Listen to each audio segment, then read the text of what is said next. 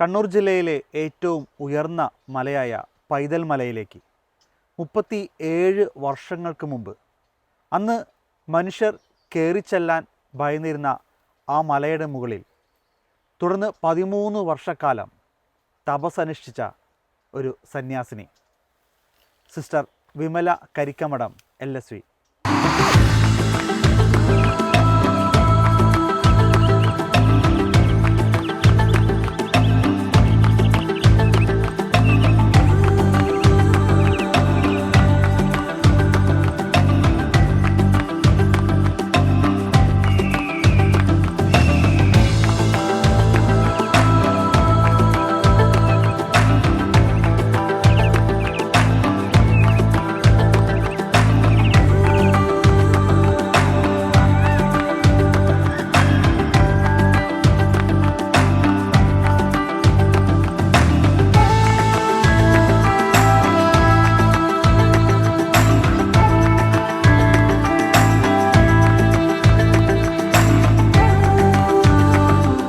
13 വർഷക്കാലം ആ മലയുടെ മുകളിൽ പ്രകൃതിയോടും വന്യമൃഗങ്ങളോടും ചേർന്ന് ഏകാന്തതയിൽ തപസ്സനുഷ്ഠിച്ചിരുന്ന സിസ്റ്റർ ദൈവത്തെക്കുറിച്ച് തനിക്ക് കിട്ടിയ ഉൾക്കാഴ്ചകൾ ഇന്ന് നമ്മളോട് പങ്കുവെക്കുകയാണ്.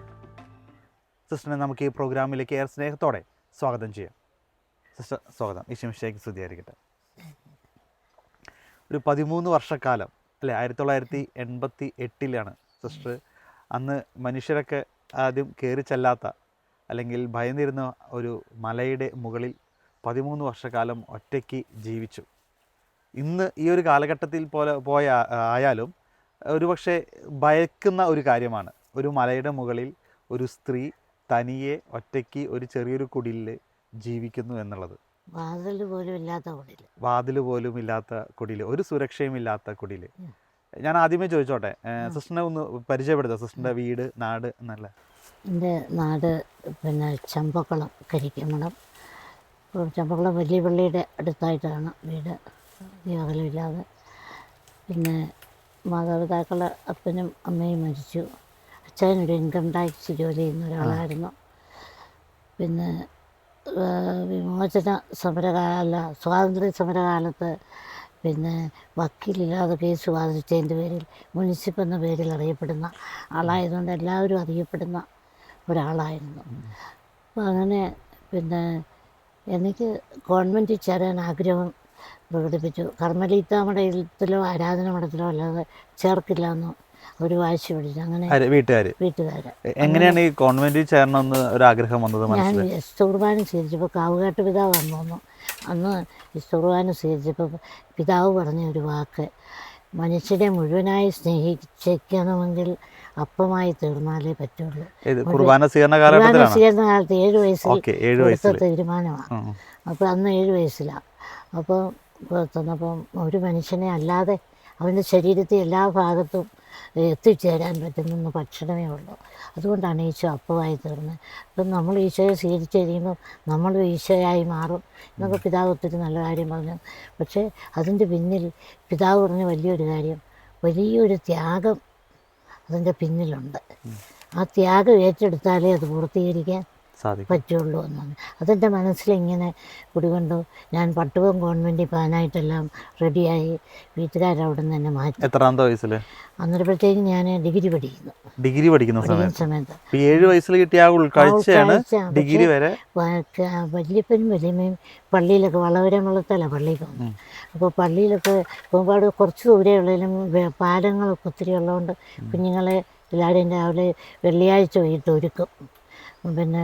കുമ്പസാരത്തിന് ഒരുക്കും. കുമ്പസാരിക്കുന്ന കണക്ക്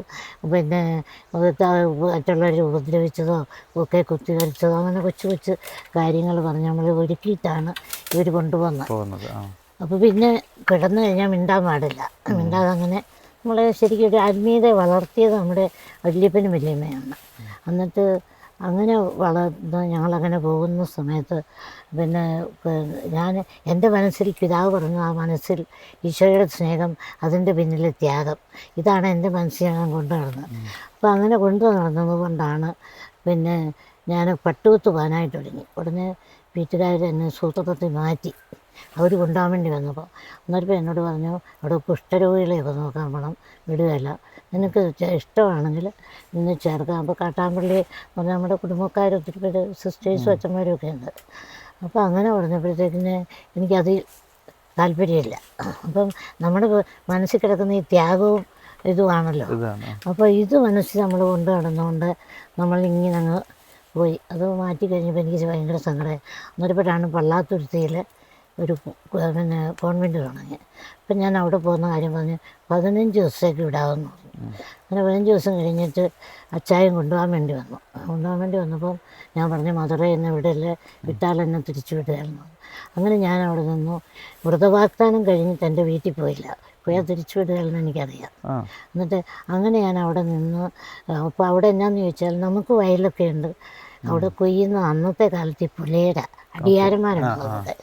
അടിയാരന്മാർ അവരാണ് നെല്ലൊക്കെ കൊയ്യുന്നത്. അപ്പം ഞങ്ങൾ കൊയ്യുന്ന ഒരു ഗവൺമെൻറ് ആയി ത്യാഗമുണ്ടല്ലോ അവിടെ, വെയിൽ കൊള്ളുന്ന കൊയ്യുന്ന.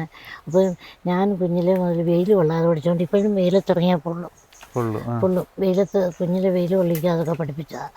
എന്നിട്ട് വെയിൽ കൊള്ളാതിരിക്കാനും വയലിലിറങ്ങാനും ഒന്നും അവർക്ക് ഇഷ്ടമില്ല. കാരണം എല്ലാവരും ജോലി കൊണ്ട് ജീവിക്കുന്നവരാണ്. ബാങ്ക് ജോലി, പിന്നെ അധ്യാപകർ ഒക്കെ, പാപ്പന്മാർ, അവരൊക്കെ ജോലി എന്നുള്ളതാണ്.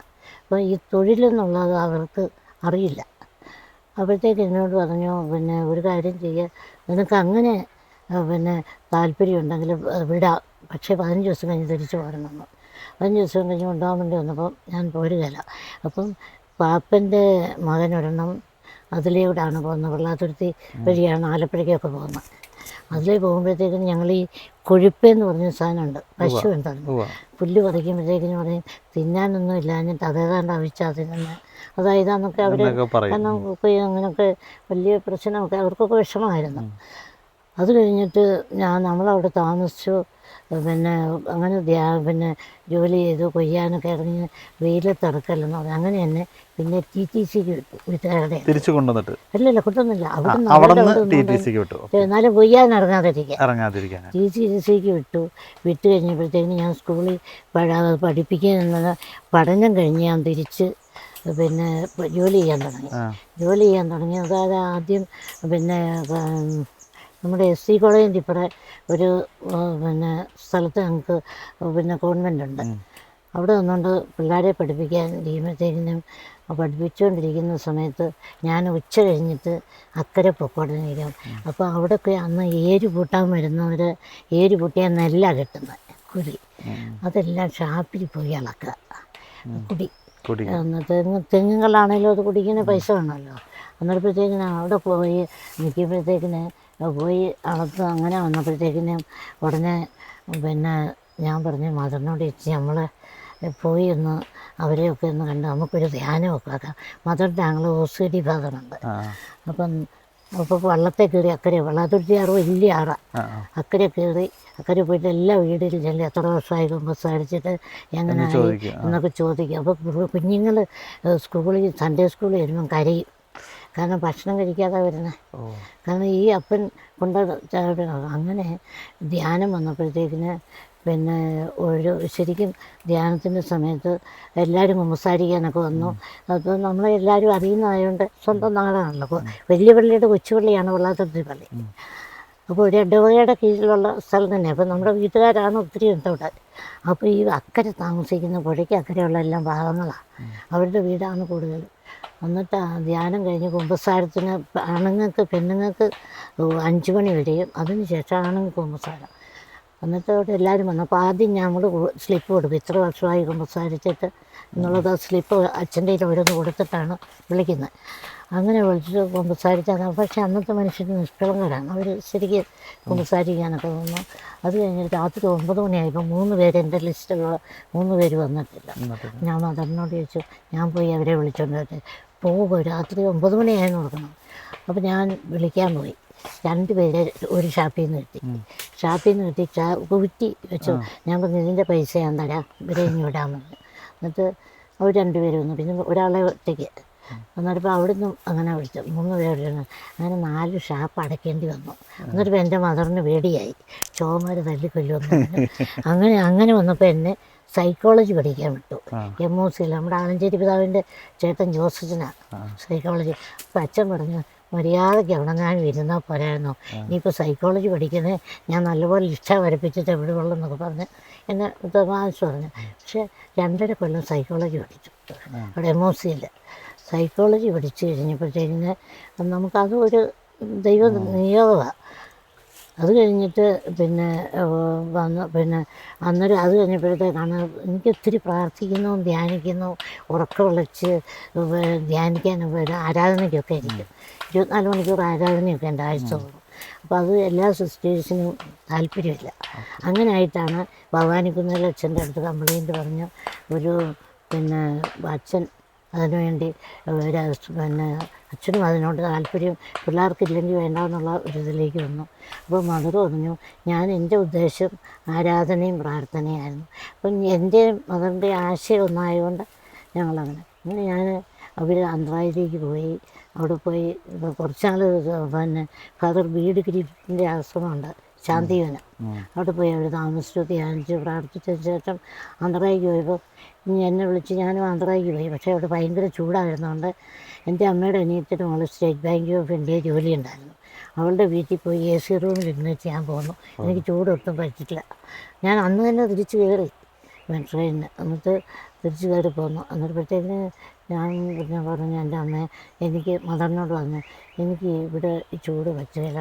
അവർക്കറിയാം എനിക്ക് ചൂട്. എന്നിട്ട് ഞാൻ ഇവിടെ വന്നു കഴിഞ്ഞിട്ടാണ് പിന്നെ തൃശ്ശൂർ ജോലി ചെയ്യാൻ വേണ്ടി പോയത്. സ്കൂളിൽ ജോലി ചെയ്തപ്പോഴും നമുക്ക് ഒത്തിരി ചെയ്യാനുണ്ട്, ഒത്തിരി കർമ്മം ചെയ്യാനുണ്ട്. അവിടെയൊക്കെ ഈ മുക്കുവരുടെ മക്കളെ മിസ്യൂസ് ചെയ്യുന്ന ഒത്തിരി മനുഷ്യരുണ്ടായിരുന്നു. അവർക്ക് കുപ്പികളെയും പൊട്ടും ഒക്കെ കിട്ടിയാൽ മതി. അതിനിപ്പോൾ എനിക്ക് ഹാൻഡിക്രാഫ്റ്റും കൂടെ അറിയാം.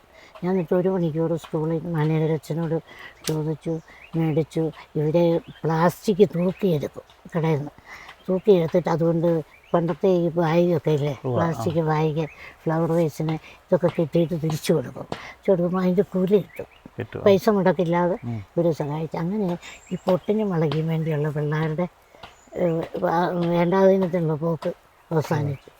അപ്പോൾ അങ്ങനെ അവരെ സഹായിച്ചു. പിന്നെ ഒത്തിരി പേരെ മാതാപിതാക്കൾ വേറെ വിളിയാകുമ്പോൾ അവരെ ഒത്തിരി യോജിപ്പിക്കാനൊക്കെ സഹായിച്ചു. അപ്പം നമ്മുടെ ദൈവം നിശ്ചയിച്ച ഒരു ഡ്യൂട്ടിയാക്കാലോ. അങ്ങനെ എല്ലാ ശനിയാഴ്ചയും പുത്തമ്പള്ളി പോയിരുന്നു പ്രാർത്ഥിച്ചിട്ട് ഇത് നെല്ലിൻ്റെ കാട് മാത്രം കണ്ട് വളർന്ന ഞാൻ. വേറെ നമുക്കറിയാമല്ലോ കുട്ടനാട്ടിൽ വേറൊന്നുമില്ല.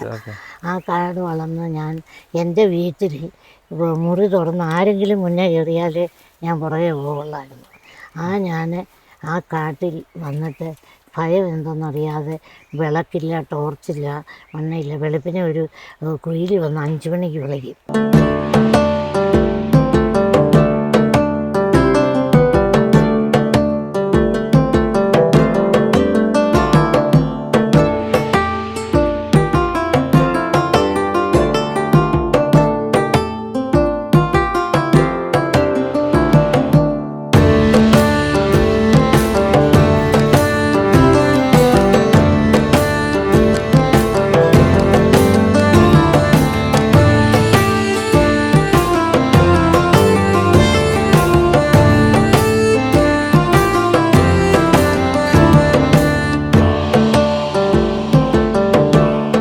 സിസ്റ്റർ അങ്ങനെ തൃശ്ശൂർ ഒരു സ്കൂൾ ടീച്ചറായിട്ട് സിസ്റ്റർ ശുശ്രൂഷ ചെയ്യുന്ന സമയത്ത് പിന്നെ എങ്ങനെയാണ് ഈ കണ്ണൂരുള്ള ഈ ഒരു പൈതൽമല അതിലേക്ക് എത്തിയത് എങ്ങനെയാ?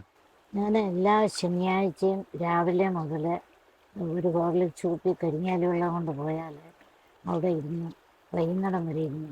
എവിടെ? തൃശ്ശൂർ പുത്തമ്പള്ളിയിൽ. പുത്തമ്പള്ളി കുർബാന എന്നുള്ള ചോദിച്ചിട്ടുണ്ട്. അവിടെ ഇരുന്ന് പ്രാർത്ഥിക്കും. അങ്ങനെ പ്രാർത്ഥിച്ച് ഇരുന്ന് ഒരു ദിവസം പ്രാർത്ഥനയിലൂടെ ദൈവം കാണിച്ചെന്ന് അറിയുന്നില്ല. മലബാറെന്ന് പറഞ്ഞാൽ കുട്ടനാട്ടുകാർക്ക് ഒന്നും അറിയില്ല. അപ്പൊ ഇത് പൈതൽമലയാണെന്ന് സിസ്റ്ററിനൊപ്പം കണ്ടപ്പോ മനസ്സിലായി? അല്ല, അന്നേരം പൈതൽമലയാന്ന് കണ്ട് മനസ്സിലായില്ല. മലബാറിൽ ഇങ്ങനൊരു സ്ഥലം, അതേതാ സ്ഥലമെന്ന് അന്വേഷിക്കാനാണ് അച്ഛനോട് ഇങ്ങനെ ഒരു സ്ഥലമുണ്ട്, അതിൻ്റെ ഇവിടെ താമസിച്ച് ധ്യാനിക്കാൻ വേണ്ടിയായിരുന്നു. ഈ പൈതൽമല കാണിച്ചു തന്നപ്പോ സിസ്റ്ററിന് മനസ്സിലായി ദൈവം ഈശോ ആവശ്യപ്പെടുന്നത് അവിടെ പോയി പ്രാർത്ഥിക്കാനാണെന്ന് മനസ്സിലായി. ഈ അലക്സച്ചൻ പറഞ്ഞ ഒരച്ഛൻ അവിടെ ഉണ്ട്, പക്ഷെ അതൊന്നും നമുക്ക് അങ്ങനെ ഒന്നും അറിയില്ല. ആ. എന്നിട്ട് അത് കഴിഞ്ഞിട്ടാണ് പിന്നെ കാണിച്ചിട്ട് ഞാനിത് ആരൊക്കെയൊക്കെ ചോദിച്ച് അന്വേഷിച്ച് മദറിനോടും പറഞ്ഞ കാര്യം പറഞ്ഞപ്പോൾ മദർ വന്ന് നമുക്ക് പോയി കാണും എന്ന് പറഞ്ഞു. അങ്ങനെയാണ് പിന്നെ 1988 പിന്നെ ഒക്ടോബറിൽ പൂജയുടെ അവധിക്ക് ഞാനും മദറും ഞങ്ങൾ കാണാൻ വേണ്ടി വന്നത്. കാണാൻ വേണ്ടി വന്നപ്പോഴത്തേക്കിനും ആൾക്കാർക്ക് അതിശയമാണ്, ഇവിടെ താമസിക്കുക എന്ന് പറഞ്ഞാൽ എളുപ്പമുള്ള കാര്യമൊന്നുമല്ല. അപ്പം അച്ഛൻ നേരത്തെ അച്ഛന് കത്ത് എഴുതിയപ്പോൾ അച്ഛൻ എഴുതി പിന്നെ ഇവിടെ മനുഷ്യർക്ക് താമസിക്കാൻ പറ്റിയല്ല, സ്ത്രീകൾക്ക് ഒട്ടും പറ്റില്ല, ഒട്ടും അത്രയും പറ്റില്ല. 3 വയസ്സ് മാത്രം. എന്നാൽ ഒന്ന് കണ്ടോട്ടെ എന്ന് അടുത്ത കത്തിച്ചു, 1-2 പ്രാവശ്യം ഒന്ന് കണ്ടോന്നു. അപ്പോഴത്തേക്കിന് ഞാൻ പിന്നെ മദറിനോട് പറഞ്ഞു നമുക്കൊന്ന് പോയി കാണാം, എനിക്ക് വൃക്ഷദ്വീപ് അവിടെ ആയിരിക്കും ഒരു ധർമ്മത്തേക്കിലേക്ക് കാലാവസ്ഥയെല്ലാം അനുകൂലമായ ഒരു സ്ഥലം കാണിച്ചു തരുന്നത് പോകാൻ. അങ്ങനെ എൻ്റെ സുപ്പീരിയറും എൻ്റെ കൂടെ വന്നു. ഞങ്ങളവിടെ കയറി. ഞങ്ങൾ ശരിക്കും പറഞ്ഞാൽ ഈ വടക്കേന്ത്യയിലൊക്കെ തേങ്ങ ഉടയ്ക്കുന്ന പരിപാടിയുണ്ട്, ആ പള്ളിയുടെ അവിടെ നിന്നത്. അപ്പം ഞങ്ങളൊരു തേങ്ങയും ഒക്കെ ആയിട്ടാണ് കയറി. എന്നാൽ ഇത് തിന്നുകൊണ്ട് അവിടെ ചെന്നാൽ വേറെ ഒന്നും കഴിക്കാനും കഴിയൊന്നുമില്ല. അപ്പം തേങ്ങയാണ് അതിൻ്റെ വെള്ളം കുടിക്കാൻ, മകളുടെ വെള്ളം തരാം, നമുക്ക് എല്ലാവർക്കും കൂടെ കൂടി ഇത് ചുമ്മാ ഒരു ഷെയർ മിഠായി. അതുപോലെ ആർട്ടിഫിഷ്യലായിട്ടുള്ള ഒന്നും അല്ലാതെ നാച്ചുറലായിട്ടുള്ള ഫുഡായിട്ട് അതുകൊണ്ട് കയറി മലയുടെ മുകളിൽ ചെന്ന് കഴിഞ്ഞപ്പോൾ പിന്നെ ആവി പറക്കുന്ന ആനപ്പിണ്ടം അച്ഛൻ കാണിച്ചത് ആന അടുത്ത് എവിടെയുണ്ട്. അപ്പം ഞങ്ങൾ 135 പേര് വഴി വെട്ടി തെളിച്ച് അവരുടെ പുറകെ ഞങ്ങൾ കയറിപ്പോന്നു. അതായത് സിസ്റ്ററിനെ ചെല്ലാൻ വേണ്ടി 135ഓളം ആളുകൾ വഴി തെളിച്ചു തന്നു. ചിലപ്പോൾ അച്ഛൻ്റെ ചാച്ചനും ഒക്കെ ഉണ്ടായിരുന്നു കൂട്ടത്തിൽ. എന്നിട്ട് നമ്മൾ വഴി തെളിച്ച് ഞങ്ങൾ നടന്നു കയറി മുകളിൽ ചെന്ന് കഴിഞ്ഞപ്പോഴത്തേക്കിന് ആനപ്പിണ്ടമൊക്കെ ചോദിച്ചു. അച്ഛൻ പറഞ്ഞു ഈ ആവി കിടക്കുന്ന പിന്നെ ആനപ്പിണ്ടം ആന അടുത്ത് എവിടെയുണ്ട്, അതുകൊണ്ടാണ് ഇവിടെ താമസിക്കാൻ പറ്റിയതെന്ന് പറഞ്ഞു. എൻ്റെ മദർ പെട്ടെന്ന് തളർന്നു. അവിടെ കൊണ്ട് മദർ കൊണ്ടാക്കുക എന്ന് പറയുന്നത് വലിയൊരു വിഷമമല്ല. എന്നിട്ട് കൊണ്ടാക്കി പിന്നെ ഞങ്ങൾ അവിടെ താമസിച്ച് ഞാൻ മനസ്സിൽ പോകുന്നതിൻ്റെ വിഷയം വേറെ. അന്ന് സിസ്റ്ററിന് എത്ര വയസ്സുണ്ടായിട്ടുണ്ടാവും? 40 വയസ്സ്. എന്നിട്ട് ഉടനെ അച്ഛൻ പറഞ്ഞു കഴിഞ്ഞപ്പോഴത്തേക്കിന് മദർ പെട്ടെന്ന് ക്ഷീണിതയായി. അത്രയും കയറ്റം കയറിയില്ല, കയറ്റം കയറി. പിന്നെ അവിടുത്തെ അവസ്ഥ കണ്ടപ്പോൾ എന്നെ അവിടെ കൊണ്ടാക്കുക എന്നുള്ളത്. അതല്ല, ഈ ആദ്യവട്ടം കയറുമ്പോ തന്നെ എത്ര മണിക്കൂർ എടുത്തു? 3-4 മണിക്കൂർ എടുത്തു. 3-4 മണിക്കൂർ എടുത്തു അവിടം വരെ, മേളിൽ വരെ എത്താൻ. മേലൂര് എന്നിട്ടിപ്പം റോഡല്ലല്ലോ, ഇവിടെ കുത്തനെ കയറണ്ടേ. അപ്പോൾ കയറ്റം കയറുമ്പോൾ നിന്നാ കയറി പോകുന്നു. സിസ്റ്ററിനപ്പോ ഇതിനു മുമ്പ് ഒരു പരിചയമില്ലല്ലോ, കാരണം കുട്ടനാട്ടിൽ നിന്നും ഈ തൃശ്ശൂരിൽ നിന്നൊക്കെയാണല്ലോ വരുന്നത്. നിരപ്പ് ഭൂമി മാത്രം സഞ്ചരിച്ച് അപ്പൊ എങ്ങനെ ആദ്യമായി കയറിയപ്പോ തന്നെ എങ്ങനെ കയറി? പക്ഷെ അന്നും നമുക്ക് ഒരു പിന്നെ ഭാരമായിട്ട് തോന്നിയില്ല, ഉള്ളിൽ അത്രത്തോളം ആഗ്രഹം ഉണ്ടായിരുന്നു അല്ലെ. അപ്പോൾ ആ ഒരു അങ്ങനെ മല കയറി മുകളിൽ ചെന്ന് കഴിഞ്ഞപ്പോഴത്തേക്കിന് ഇതും കൂടെ കണ്ടപ്പോഴത്തേക്കിന് മദറിന് ഭയങ്കര വിഷയമായി. അന്നേരപ്പോഴത്തേക്കിന് താഴെ ഞാൻ അന്നേരപ്പം തന്നെ ഈശോ വേറെ ഒരിടെ ഇങ്ങനെ കണ്ടെത്തിയിട്ട് ഞാനില്ല കേട്ടോ എന്ന് പറഞ്ഞ്. ഇത് മല കണ്ടപ്പോ തന്നെ ആനപ്പിണ്ടവും മലയും സിസ്റ്ററിൻ്റെ അവസ്ഥയെല്ലാം കണ്ട് സിസ്റ്റർ എന്നോട് പറഞ്ഞു എങ്ങനെ ഞാനിവിടെ അനുവദിക്കുന്നു ചോദിച്ചു. ഞാനൊന്നും മിണ്ടിയില്ല. അത് കഴിഞ്ഞിട്ട് പിന്നെ മാഹിയിലൊക്കെ പോയിട്ടൊക്കെയാണ് ഞങ്ങൾ വന്നത്. മാഹിയിലമ്മ ദർസിൻ്റെ പഞ്ചായത്താണല്ലോ. എന്നിട്ട് അത് കഴിഞ്ഞിട്ട് ഞാൻ തിരിച്ചു പോന്നു കഴിഞ്ഞിട്ട് പിന്നെ കാണിക്കുന്ന 2 കുഞ്ഞുങ്ങളെയാണ്. നമ്മളിങ്ങനെ നടന്നു പോകുന്ന ഒരു കുഞ്ഞ് മലക്കിടപ്പ് കിടക്കുന്ന കുഞ്ഞ്, പിന്നെ മൂത്ത കൊച്ചിങ്ങനെ കൈ പിടിച്ച് ഇങ്ങനെ കൈ നീട്ടി. അപ്പം ആ കൊച്ചിനെ അത് കണ്ടുകൊണ്ട് ചെറുതും കൈ നീട്ടി. അപ്പം ഉടനെ ഒരു സ്വരം കേൾക്കുന്നു, ഇതാണ് എൻ്റെ വഴി, കുട്ടികളെ സഹായിച്ചുകൊണ്ട് അവിടെ താമസിക്കാം എന്നുള്ള രീതിയിൽ. അപ്പോൾ ആ ഒരു മെസ്സേജ് ആയിരുന്നത്. എന്നിട്ട് ഞാൻ മാർച്ച് 22-ാം തീയതി 2 കൽപ്പിച്ച് മലയിൽ താമസിക്കാൻ എല്ലാം ഉപേക്ഷിച്ച്, ജോലിയെല്ലാം ഉപേക്ഷിച്ച്, PS എല്ലാം എല്ലാം ഉപേക്ഷിച്ച് മലയിൽ കയറി വരുമ്പോഴത്തേക്കിനാണ് 3-4 കല്ലുകൂടിയുന്നവർ എന്നിട്ട് അവിടെ മൊത്തം കുടിയന്മാരായിരുന്നു കേട്ടോ. ഇപ്പം നല്ല വീട്, അന്ന് വാതിലുള്ള ഒറ്റ വീട് പോലും കൊട്ടമ്പളാവില്ല. അങ്ങനെ ആ 2 കുഞ്ഞു കുട്ടികളെ കണ്ടു അല്ലേ? അപ്പോഴാണ് ഉറപ്പിച്ചത് നമുക്ക് അവിടെ തന്നെ പോവാന്നുള്ളത്. അവിടെ തന്നെ ഞാനും ഉറപ്പിച്ചു, കാരണം ഇവരെ സഹായിക്കുക എന്തെങ്കിലും ഒരു അല്ലെ, ദൈവത്തിന് ഒരു പദ്ധതി ഉണ്ടാവും വിചാരിച്ചു. ഞാൻ വന്ന് 28-ാം തീയതി വന്നു. എൻ്റെ കൂടെ സിസ്റ്റർ ലത എന്ന് പറഞ്ഞ സിസ്റ്റർ ഞങ്ങളുടെ കോൺഗ്രിഗേഷനിൽ വന്നു. 29-ാം തീയതി രാവിലെ ആയപ്പോൾ പുള്ളി ആവശ്യമായി. ഞാനും സുഖമായിട്ട് ആ നിലത്ത് കിടന്നുറങ്ങി. അവിടെ കിടന്നുറങ്ങി ഞാൻ ഉറങ്ങി എഴുന്നേറ്റപ്പോൾ അവിടെ എങ്ങനെയായിരുന്നു ചെറിയൊരു എന്താ ചെയ്തിരുന്നത് താമസിക്കാൻ? ഞാൻ താമസിച്ച ഹട്ടുണ്ട് അവിടെ. അത് ഇപ്പോഴും ഉണ്ടാ? ഇപ്പോഴും ഉണ്ടത്. പൊളിഞ്ഞു പോയി. അത് പൊളിഞ്ഞു പോയിട്ട് ഇടയാറ്റി ജോർജ് ഇല്ലേ മുടത്തനാമത്തെ ജോർജ് ഒരു ബ്ലൈൻഡ് ചെക്കാ കൊണ്ടുവന്നത്. എത്ര ലക്ഷം വേണേലും എഴുതിയിട്ടുള്ള. പക്ഷെ നമുക്കതിൻ്റെ ആവശ്യമില്ലല്ലോ, നമുക്ക് പണത്തിനോട് ആശയമില്ല. എന്നിട്ട് ജോർജ് ചെക്ക് തന്നിട്ട് ആ ചെക്കിൽ നമ്മൾ എഴുതിയില്ല. പക്ഷെ അന്നേരം ഒരു 2 മാസത്തോളം ഞാൻ SHRയുടെ ഒരു ഹോസ്റ്റലിൽ താമസിച്ചു. അത് പൊളിഞ്ഞു പോയി. എന്നിട്ട് ജോർജ് പിന്നെ അത് പണിയാനുള്ളത് ഇപ്പം ഇന്ന് ചുറ്റും കല്ല് കല്ലെന്ന് വെച്ചാൽ ഇഷ്ടിക കല്ല് ആയിട്ട് കെട്ടിയിട്ട് ചുറ്റമ്പലം പോലെ. എന്നിട്ട് ചുറ്റും പുറത്ത് ആൾക്കാർക്ക് ഇന്ന് പ്രാർത്ഥിക്കാം, അകത്ത് നമുക്ക് അവിടെ കുർബാനയൊക്കെ ചെല്ലിട്ടുണ്ട് അച്ഛൻ. ആൾക്കാരൊക്കെ ചൊല്ലി. ചാക്കോച്ചൻ പിന്നെ ഇവിടെ എറണാകുളം മഹാരാജാസ് കോളേജിൽ ചാക്കോച്ചൻ അവിടെ വന്ന് കുർബാനയിൽ ഈ അച്ഛനില്ലേ ഉപാസനത്തില് അച്ഛൻ്റെ ചേട്ടൻ ചാക്കോച്ചൻ വലിയ വീട്ടിൽ ചാക്കോച്ചനൊക്കെ അവിടെ വന്ന് കുർബാന ചെല്ലിട്ടുള്ളത്. അപ്പൊ അവിടെ അങ്ങനെ അവർക്ക് അവിടെ അകത്ത് ഒരു കൽവിളക്ക്, ഒരു ക്യാൻസർ രോഗി ചുമന്ന് കെട്ടി കൊണ്ടുവന്ന് വെച്ചതാണ് കൽവിളക്ക്. അയാൾ സുഖപ്പെട്ടു. നട്ടലിന് ക്യാൻസർ ഉണ്ടായിരുന്ന ആള്. കൽവിളക്ക് താഴേന്ന് ചുമന്ന് കയറ്റി. ആ കൽവിളക്ക് അവിടെ ഉണ്ട്. ആ കൽവിളക്ക് കത്തിച്ചാണ് കുർബാനയൊക്കെ ചെല്ലുന്നത്. അപ്പൊ അങ്ങനെ അവിടെ താമസിച്ചുകൊണ്ടിരിക്കുമ്പോഴത്തേക്കിന് ഈ സിസ്റ്ററിന് വയ്യാതായപ്പോൾ സിസ്റ്ററിനുണ്ട് പോയി. പിന്നെ ഞാൻ തന്നെ വീണ്ടുമായി. അപ്പൊ അങ്ങനെ ആയിട്ട് കുട്ടമ്പളാവിലെ മനുഷ്യർ മുഴുവൻ അവരുടെ. എന്നിട്ട് ഞാൻ സ്കൂൾ തുറക്കാറായപ്പോഴത്തേക്കിന് ഒരു ബസ് നടച്ച് പിന്നെ കുട്ടികളെ തൃശ്ശൂർ കൊണ്ടുപോയി. MI ബോയ്സ് ടൗൺ രൂപതയുടെ കുണ്ടുളപ്പാൻ എന്നൊരു ഇഷ്ടമായിരുന്നു. അപ്പോൾ രൂപതയുടെ പിന്നെ ആണ് ആ സ്ഥാപനം. MI ബോയ്സ് ടൗൺ താഴെ പിന്നെ ഫ്രാൻസിസ്കൻ സിസ്റ്റേഴ്സിൻ്റെ കൾച്ചർ സെൻ്റർ. അവിടെ പെൺപിള്ളേരെ ആക്കി, ഇവിടെ ആൺപിള്ളേരെ ആക്കിയിട്ട് അവിടെ താമസിച്ചുകൊണ്ട് കുഞ്ഞുങ്ങളെ നമ്മൾ ഇടയ്ക്ക് പോയി കാണും, അവരുടെ കാര്യങ്ങളെല്ലാം ശ്രദ്ധിക്കും. പക്ഷെ അവിടുത്തെ അന്നേരത്തേക്കിന് അച്ഛനൊക്കെ പറഞ്ഞ് നമ്മുടെ ഇപ്പോഴത്തെ പിതാവില്ലേ നാടിൻ്റെ മേജറായിട്ട് പിതാവൊക്കെ അവിടെ വരുമായിരുന്നു. ഈ അവിടെ മലയിലാകുമ്പോ ആദ്യത്തെ 2-3 ദിവസങ്ങളൊക്കെ അതുവരെ നമ്മൾ നാട്ടില് ജനങ്ങളുടെ കൂടെ താമസിച്ചിട്ട് പിന്നെ ഒറ്റയ്ക്ക് ഒരു കാട്ടില്, അത് ലൈറ്റ് ഇല്ല, ഇരുട്ടില്ല, ഒന്നുമില്ല അല്ലേ, ഫുൾ ഇരുട്ട്, ഒരു ഫീലിംഗ് ഉണ്ടായിട്ടില്ല. അതെ, ഞാൻ രാത്രി കിടന്നാൽ ഉറങ്ങും, പകലിരുന്ന് ധ്യാനിക്കും. നമുക്ക് ഈ അന്തരീക്ഷം ഒരു വിഷയമല്ല, വെളിച്ചം വിഷയമല്ല. പിന്നെ അതെന്തോ വലിയൊരു വെളിച്ചം. രാത്രിയാകുമ്പോ കൂരിരുട്ടായിരിക്കുമല്ലോ, കാടിന്റെ ഒന്നും കാണാൻ പറ്റില്ല. കാടിന്റെ മൂളിച്ച, മൃഗങ്ങളുടെ അലർച്ച, ഇതെല്ലാം അത് കേട്ടിട്ടാ മറ്റേ ആള് ഒരു ശബ്ദം വിളിച്ച് പേടിച്ചത്. ധൈര്യമാണെന്ന് പറഞ്ഞ് വന്നതാണ്. പക്ഷെ പിറ്റേ ദിവസം കസേര പോലെ വെച്ചിട്ട് ഇറക്കി കൊണ്ടുപോണ്ടി വന്നു. ഇങ്ങനെ വരുമ്പോ അത് രാത്രി ഉറങ്ങുന്നു, വേറെ ഒന്നും ചെയ്യുന്നില്ല അല്ലെ, വേറെ പ്രവർത്തനങ്ങള്, പണി, വർക്ക്, ഭക്ഷണം ഒന്നും പാചകം ചെയ്യാനോ പാത്രങ്ങളൊന്നും, ചൂടുവെള്ളം ഉണ്ടാക്കുന്നില്ല, ഒന്നും യാതൊന്നും. കുടിവെള്ളമൊക്കെ അവിടെ അടുത്തുനിന്ന് കുടിവെള്ളം ഓലിന്ന് വരുന്ന വെള്ളമുണ്ട്. ആ വെള്ളം ഞാൻ പറഞ്ഞ എനർജറ്റിക് ആയിട്ട്. പിന്നെ കാട്ടിൽ ഒത്തിരി കാട്ടുമുന്തിരി ഉണ്ട്, ഈത്തപ്പഴം പോലെ നീളമാണ്. അത് പഴുത്ത് കഴിഞ്ഞാൽ മധുരം ഉണ്ട്, അതുണ്ട്. പിന്നെ ചൂട്ടപ്പഴം, ഈ കോംപ്ലക്സ് പോലെ മഞ്ഞ നിറത്തില് പഴം, അത് പറിച്ച് തിന്നാം. ഇത് രണ്ടും മാത്രമാണ് കഴിച്ചോണ്ടിരുന്നത്. പിന്നെ ഈ ആന വന്ന് ഉരുണ്ട് വീണ് തിരിച്ചു പോയ പിന്നെ പിറ്റേ ദിവസം ആനയാകാവില്ല. നാട്ടുകാരുടെ വാഴ കൊണ്ടിപ്പിച്ചിട്ട് ആന വാഴക്കൊലയും കൊണ്ടായിരുന്നു. അത് ഒരു കൊലയെ 2-3 കായൊക്കെ കാണുള്ളൂ. അത് വാതിക്കെ വെച്ചിട്ട് വൈകിട്ട് 6 മണി മുതൽ രാവിലെ 6 മണി വരെ അതായത് ആന ഇപ്പൊ ഈ അങ്ങനെ ഒറ്റയ്ക്ക് ജീവിച്ച സമയത്ത് മൃഗങ്ങളുടെ ആക്രമണമൊക്കെ ഉണ്ടായിരുന്നു? ഒന്നുമില്ലായിരുന്നു.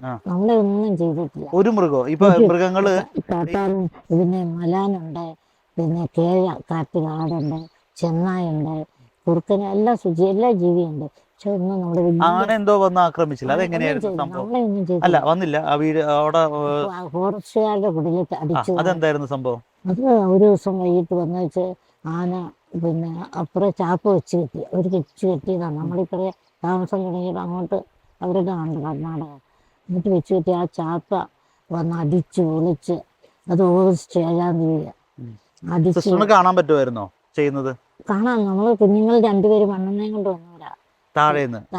ആ 2 കുഞ്ഞുങ്ങളുണ്ട് എൻ്റെ കൂടെ. ആ കുഞ്ഞുങ്ങൾ വന്ന് സിസ്റ്റർമച്ചി നമുക്ക് ഈശോ താഴെ എവിടെയെങ്കിലും ആന നമ്മളെ കൊല്ലും. ഞാൻ വചനം ശരിക്കും ജീവനുള്ളതായിരുന്നു. അനുതാപ സങ്കീർത്തനം കിട്ടി, 51-ാം സങ്കീർത്തനം. 4 വാക്ക് വചനം വായിച്ചപ്പോൾ ആന ഇങ്ങോട്ട് അടുത്തായിരുന്നു. അത് കഴിഞ്ഞിട്ട് ഇങ്ങോട്ട് അടുത്ത് ഇപ്പോൾ താഴെ നിന്ന് ഒച്ച കേട്ടിട്ട് ആൾക്കാർ ഒത്തിരി 10-15 പേര് കയറി വന്നു. താഴേന്ന് കേറി വന്നു നമ്മളെ ശരിയാക്കി എന്നുള്ളതാണ് അവരെ എല്ലാവരും ചിന്തിച്ചിരുന്നു. അവരുടെ ഇത്. എന്നിട്ട് കയറി വന്നു. അവര് കയറി വന്നപ്പോഴത്തേക്കും ഞാന പിന്നെ അത് അവിടുത്തെ പണി കഴിഞ്ഞ് പിന്നെ ഇതിനോട്ട് അടുക്കാൻ വന്നതായിരിക്കും, എന്തോ അറിയില്ല. വന്ന വഴി ജണ്ട കിട്ടാൻ കൊണ്ടുവന്ന കല്ലെ ചവിട്ടി തയ്ച്ചിരുന്നു വീണ്. വീണത് പിന്നെ വീശമ്പലുള്ളതുകൊണ്ട് വീണത് നല്ലപോലെ കാണാം. എന്നിട്ട് അത് കഴിഞ്ഞിട്ട് ഇതിന് ബുദ്ധിക്കയും വീശി നോക്കി. അപ്പോൾ ഇവരെന്നോട് ചോദിച്ചു എന്നാ ചെയ്യണം. അപ്പം ഞാൻ എഴുതി കൊടുത്തു, അവനെ കൊടുത്ത വാക്ക് എഴുതി കൊടുത്തപ്പോഴത്തേക്ക് ഞാൻ പറഞ്ഞു ഒന്നും ചെയ്യണ്ടെന്ന്. 1 മണിക്കൂർ മിച്ചം അതിന് ബുദ്ധിക്കയും വീശി നിന്നിട്ട് പുറകോട്ടടിച്ചു പോയി. പുറകോട്ടടിച്ച് പോയപ്പോൾ അത് ഹിന്ദുക്കൾ ഉണ്ടായിരുന്നു പറഞ്ഞു ഇവിടെ പ്രത്യക്ഷമുണ്ട്, അതുകൊണ്ട് ആന പുറം തിരിയാതെ ദൈവത്തിന്റെ സാന്നിധ്യം ഉണ്ട്. അപ്പോൾ പുറകോട്ടടിച്ചു പോയത്. അത് കഴിഞ്ഞപ്പോഴത്തേക്കിനും നമ്മുടെ അന്ന് ഒരു മാത്യുച്ചേട്ടനായിരുന്നു പഞ്ചായത്ത് പ്രസിഡന്റ്. ഏതായാലും പുള്ളി കാട് വെട്ടിത്തെളിച്ച് വഴി ആക്കി. ഇതുപോലെ കല്ല, ഒരു കല്ലിന് ഒരു കല്ല് ചാടി പോകണമെന്നേ ഉള്ളൂ. അപ്പൊ അങ്ങനെ പോകുന്ന ഒരു സമയമായി. പിന്നെ സിസ്റ്റർ ആ കാടിന്റെ മുകളിൽ ഇങ്ങനെ തപസ് അല്ലെങ്കിൽ പ്രാർത്ഥിച്ച് ഇരിക്കുന്നത് കൊണ്ട് തന്നെ ആ നാട്ടിലെ ആളുകൾക്കൊക്കെ അതൊരു അല്ലെ അവരൊരു കരുതലുണ്ടായിരുന്നു അല്ലെ, ഇങ്ങനെ ഈ മലയുടെ മുകളിൽ ഒരു സിസ്റ്റർ ഒറ്റയ്ക്ക് 650 പിള്ളേരെ ആദ്യം കൊണ്ടുപോയി പഠിപ്പിക്കാൻ തൃശ്ശൂർ ഉണ്ടാക്കി. ആ നാട്ടിൽ പുത്തമ്പ്ലാവുകാരെ. അപ്പൊ അവരെ കൊണ്ടുപോയപ്പോഴത്തേക്കിനും അവരുടെ മക്കളെ ഓർത്ത് നമ്മൾക്ക് വേണ്ടി അവര് എപ്പോഴും നിന്നിരുന്നു. പുത്തമ്പ്ലാവുകാര് പാവപ്പെട്ട മനുഷ്യരുടെ പ്രാർത്ഥനയോടാണ് എനിക്ക് ശക്തിയായിട്ടുണ്ടായിരുന്നു. അതായത് മലമുകളിൽ ഇങ്ങനെ ഒരു സന്യാസിനെ, ഒരു സിസ്റ്റർ ഞങ്ങൾക്ക് വേണ്ടി അല്ലെങ്കിൽ പ്രാർത്ഥിക്കാൻ ഇരിക്കുന്നുണ്ടെന്നൊരു കരുതൽ ആ നാട്ടുകാർക്ക് ഉണ്ടായിരുന്നു. പിന്നെ ആണ് മറ്റൊരിട്ട് പുള്ളി അരീകമലക്കാരനാണ്. പുള്ളിക്കറിയാം, പുള്ളി ശരിക്കും അറിഞ്ഞ് മനസ്സിലാക്കി ചെയ്തയാളാ. ഏത് ഫാദർ ക്ലിൻഡച്ചൻ ആദ്യം ഇതിലിട്ടത്. ഏതിട്ടത്? പിന്നെ ഇതിനെപ്പറ്റി യൂട്യൂബിലിട്ട ക്ലിൻഡച്ചൻ അറിയാം. അവരവിടത്തെ അനുഭവസ്ഥരാണ്. അപ്പൊ അല്ലാതെ വെറുതെ ഇട്ടതല്ല, ഒരു അനുഭവം കൊണ്ട് ഇട്ടതാണ് കണ്ടത്. എന്നിട്ട് അങ്ങനെ നമ്മള് പിന്നെ അവിടെ ഇതിലിപ്പോ വഴിയായി. പിന്നെ രമേശ് ചെന്നിത്തലയൊക്കെ ഇവിടെ വന്നിട്ടുണ്ട്. അപ്പോഴത്തേക്ക് 1 വർഷം കഴിഞ്ഞപ്പോഴത്തേക്കിനും ടൂറിസ്റ്റ് കേന്ദ്രമാക്കാനുള്ള ഒരു ഇതിലേക്ക് വന്നു. എന്നിട്ട് അങ്ങനെ വന്നപ്പോൾ രമേശ് ചെന്നിത്തലയൊക്കെ വന്നപ്പോൾ നമ്മൾ അവലും മലരും ഒക്കെ അവിടെ കൊടുക്കാൻ പറ്റിയല്ലോ. അങ്ങനെ അതൊക്കെ കൊടുത്തു, പഴമൊക്കെ കൊടുത്തു. അങ്ങനെ താഴെ ആൾക്കാർ കൊണ്ടുവന്നതാണ്. അപ്പൊ ആന പിറ്റേ ദിവസം മുതലേ നമ്മള് ഈ പക്ഷി ഞാൻ പറഞ്ഞില്ലേ ദൈവത്തെ വിളിക്കുന്ന പറഞ്ഞു, വെളുപ്പിന് കഴിഞ്ഞിട്ട് ഈശോയെ കരുണയായിരിക്കണേ ഏത് പ്രാർത്ഥന അല്ല അവിടെ കുയില് തത്തയാ. എന്നിട്ട് ദൈവമേ കരുണയായിരിക്കണേ കാക്കണേ ഈ തത്തമ്മ ഇരുന്ന് പറയും. കുയില് വന്ന് ചിലക്കും. അങ്ങനെയാണ് 5 മണിയായെന്ന് അറിയുന്നത്. എല്ലാ ദിവസവും രാവിലെ കുയില് വന്നൊരു പാറയുണ്ട്. ആ പാറ ഒരു സ്തൂപം പോലെ ഒരു പാറ, അതിന്റെ മല പോലെ ഒരു പാറയാ. അവിടെ വന്നിരുന്ന് ചിലക്കുമ്പോൾ നമ്മൾ എഴുന്നേക്കുന്നു. ഇപ്പോഴാ സമയമായി, നേരം വിളിക്കാറായ. ദിവസങ്ങളൊക്കെ അറിഞ്ഞോളൂ, ദിവസം നമുക്കറിയാമല്ലോ, കണക്കൂട്ടി ഒന്ന് കൂട്ടുകൂട്ടും. പക്ഷെ ഈ അവിടെ വന്നിട്ട് ഈ കുയില് വന്ന് ചിലക്കുമ്പോൾ നമ്മൾ സമയം അറിയും. അവിടെ തന്നെ എഴുന്നേറ്റിരുന്ന് പ്രാർത്ഥിക്കും. വെളിച്ചമാകുമ്പോൾ പുറത്തോട്ട് വന്ന ഓസ് ഇട്ടിട്ടുണ്ട്, അതിൽ പോയി ഇതിലും ഐസ് പോലത്തെ വെള്ളമാണ്. അപ്പൊ പിന്നെ അത് വെച്ച് മോൻ കഴുകി പിന്നെ നമുക്ക് പ്രാർത്ഥനയുള്ളൂ, വേറെ ഒന്നുമില്ല. വെള്ളം ഒഴിച്ചിട്ട് കുടിച്ച് പ്രാർത്ഥന. പിന്നെ ആ കാറ്റിക്കൂടെ വെച്ച് നടക്കും. വലിയ പെരുമ്പാമ്പുണ്ട്, സിമിന്റിയാക്ക് പോലെ ഉരുണ്ട് പോകുന്ന പെരുമ്പാമ്പ് കണ്ടിട്ടുണ്ട്. അതൊന്നും നമ്മളെ ഒന്നും ഉപദ്രവിക്കില്ല. ഇപ്പോഴും ഞാൻ പോയാലും എന്നെ തോട്ടപ്പുഴ പിടിക്കുകയല്ല, എല്ലാവരും കളി. എന്നിട്ട് ഇവരൊക്കെ മണിപ്പാറയത്തിന് ഇവരൊക്കെ കളിയാക്കി കടിച്ചാൽ അത് ചത്തുപോകും, അതുകൊണ്ടാണ് പിടിക്കാത്തത്. ആന പിടിക്കാത്ത ആനയ്ക്ക് പിടിക്കാനും വേണ്ടിയില്ല. അന്ന് ഒന്നും കഴിക്കാത്തതുകൊണ്ട് എല്ലും തോലും മാത്രമല്ലേ ഉള്ളൂ.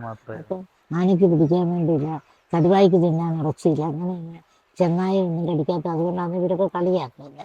അപ്പോൾ പക്ഷെ ദൈവത്തിന്റെ വലിയ സംരക്ഷണം കടുവയൊക്കെ ഉണ്ടായിരുന്നു. കടുവായോടെയല്ല, കണ്ടിട്ടില്ല.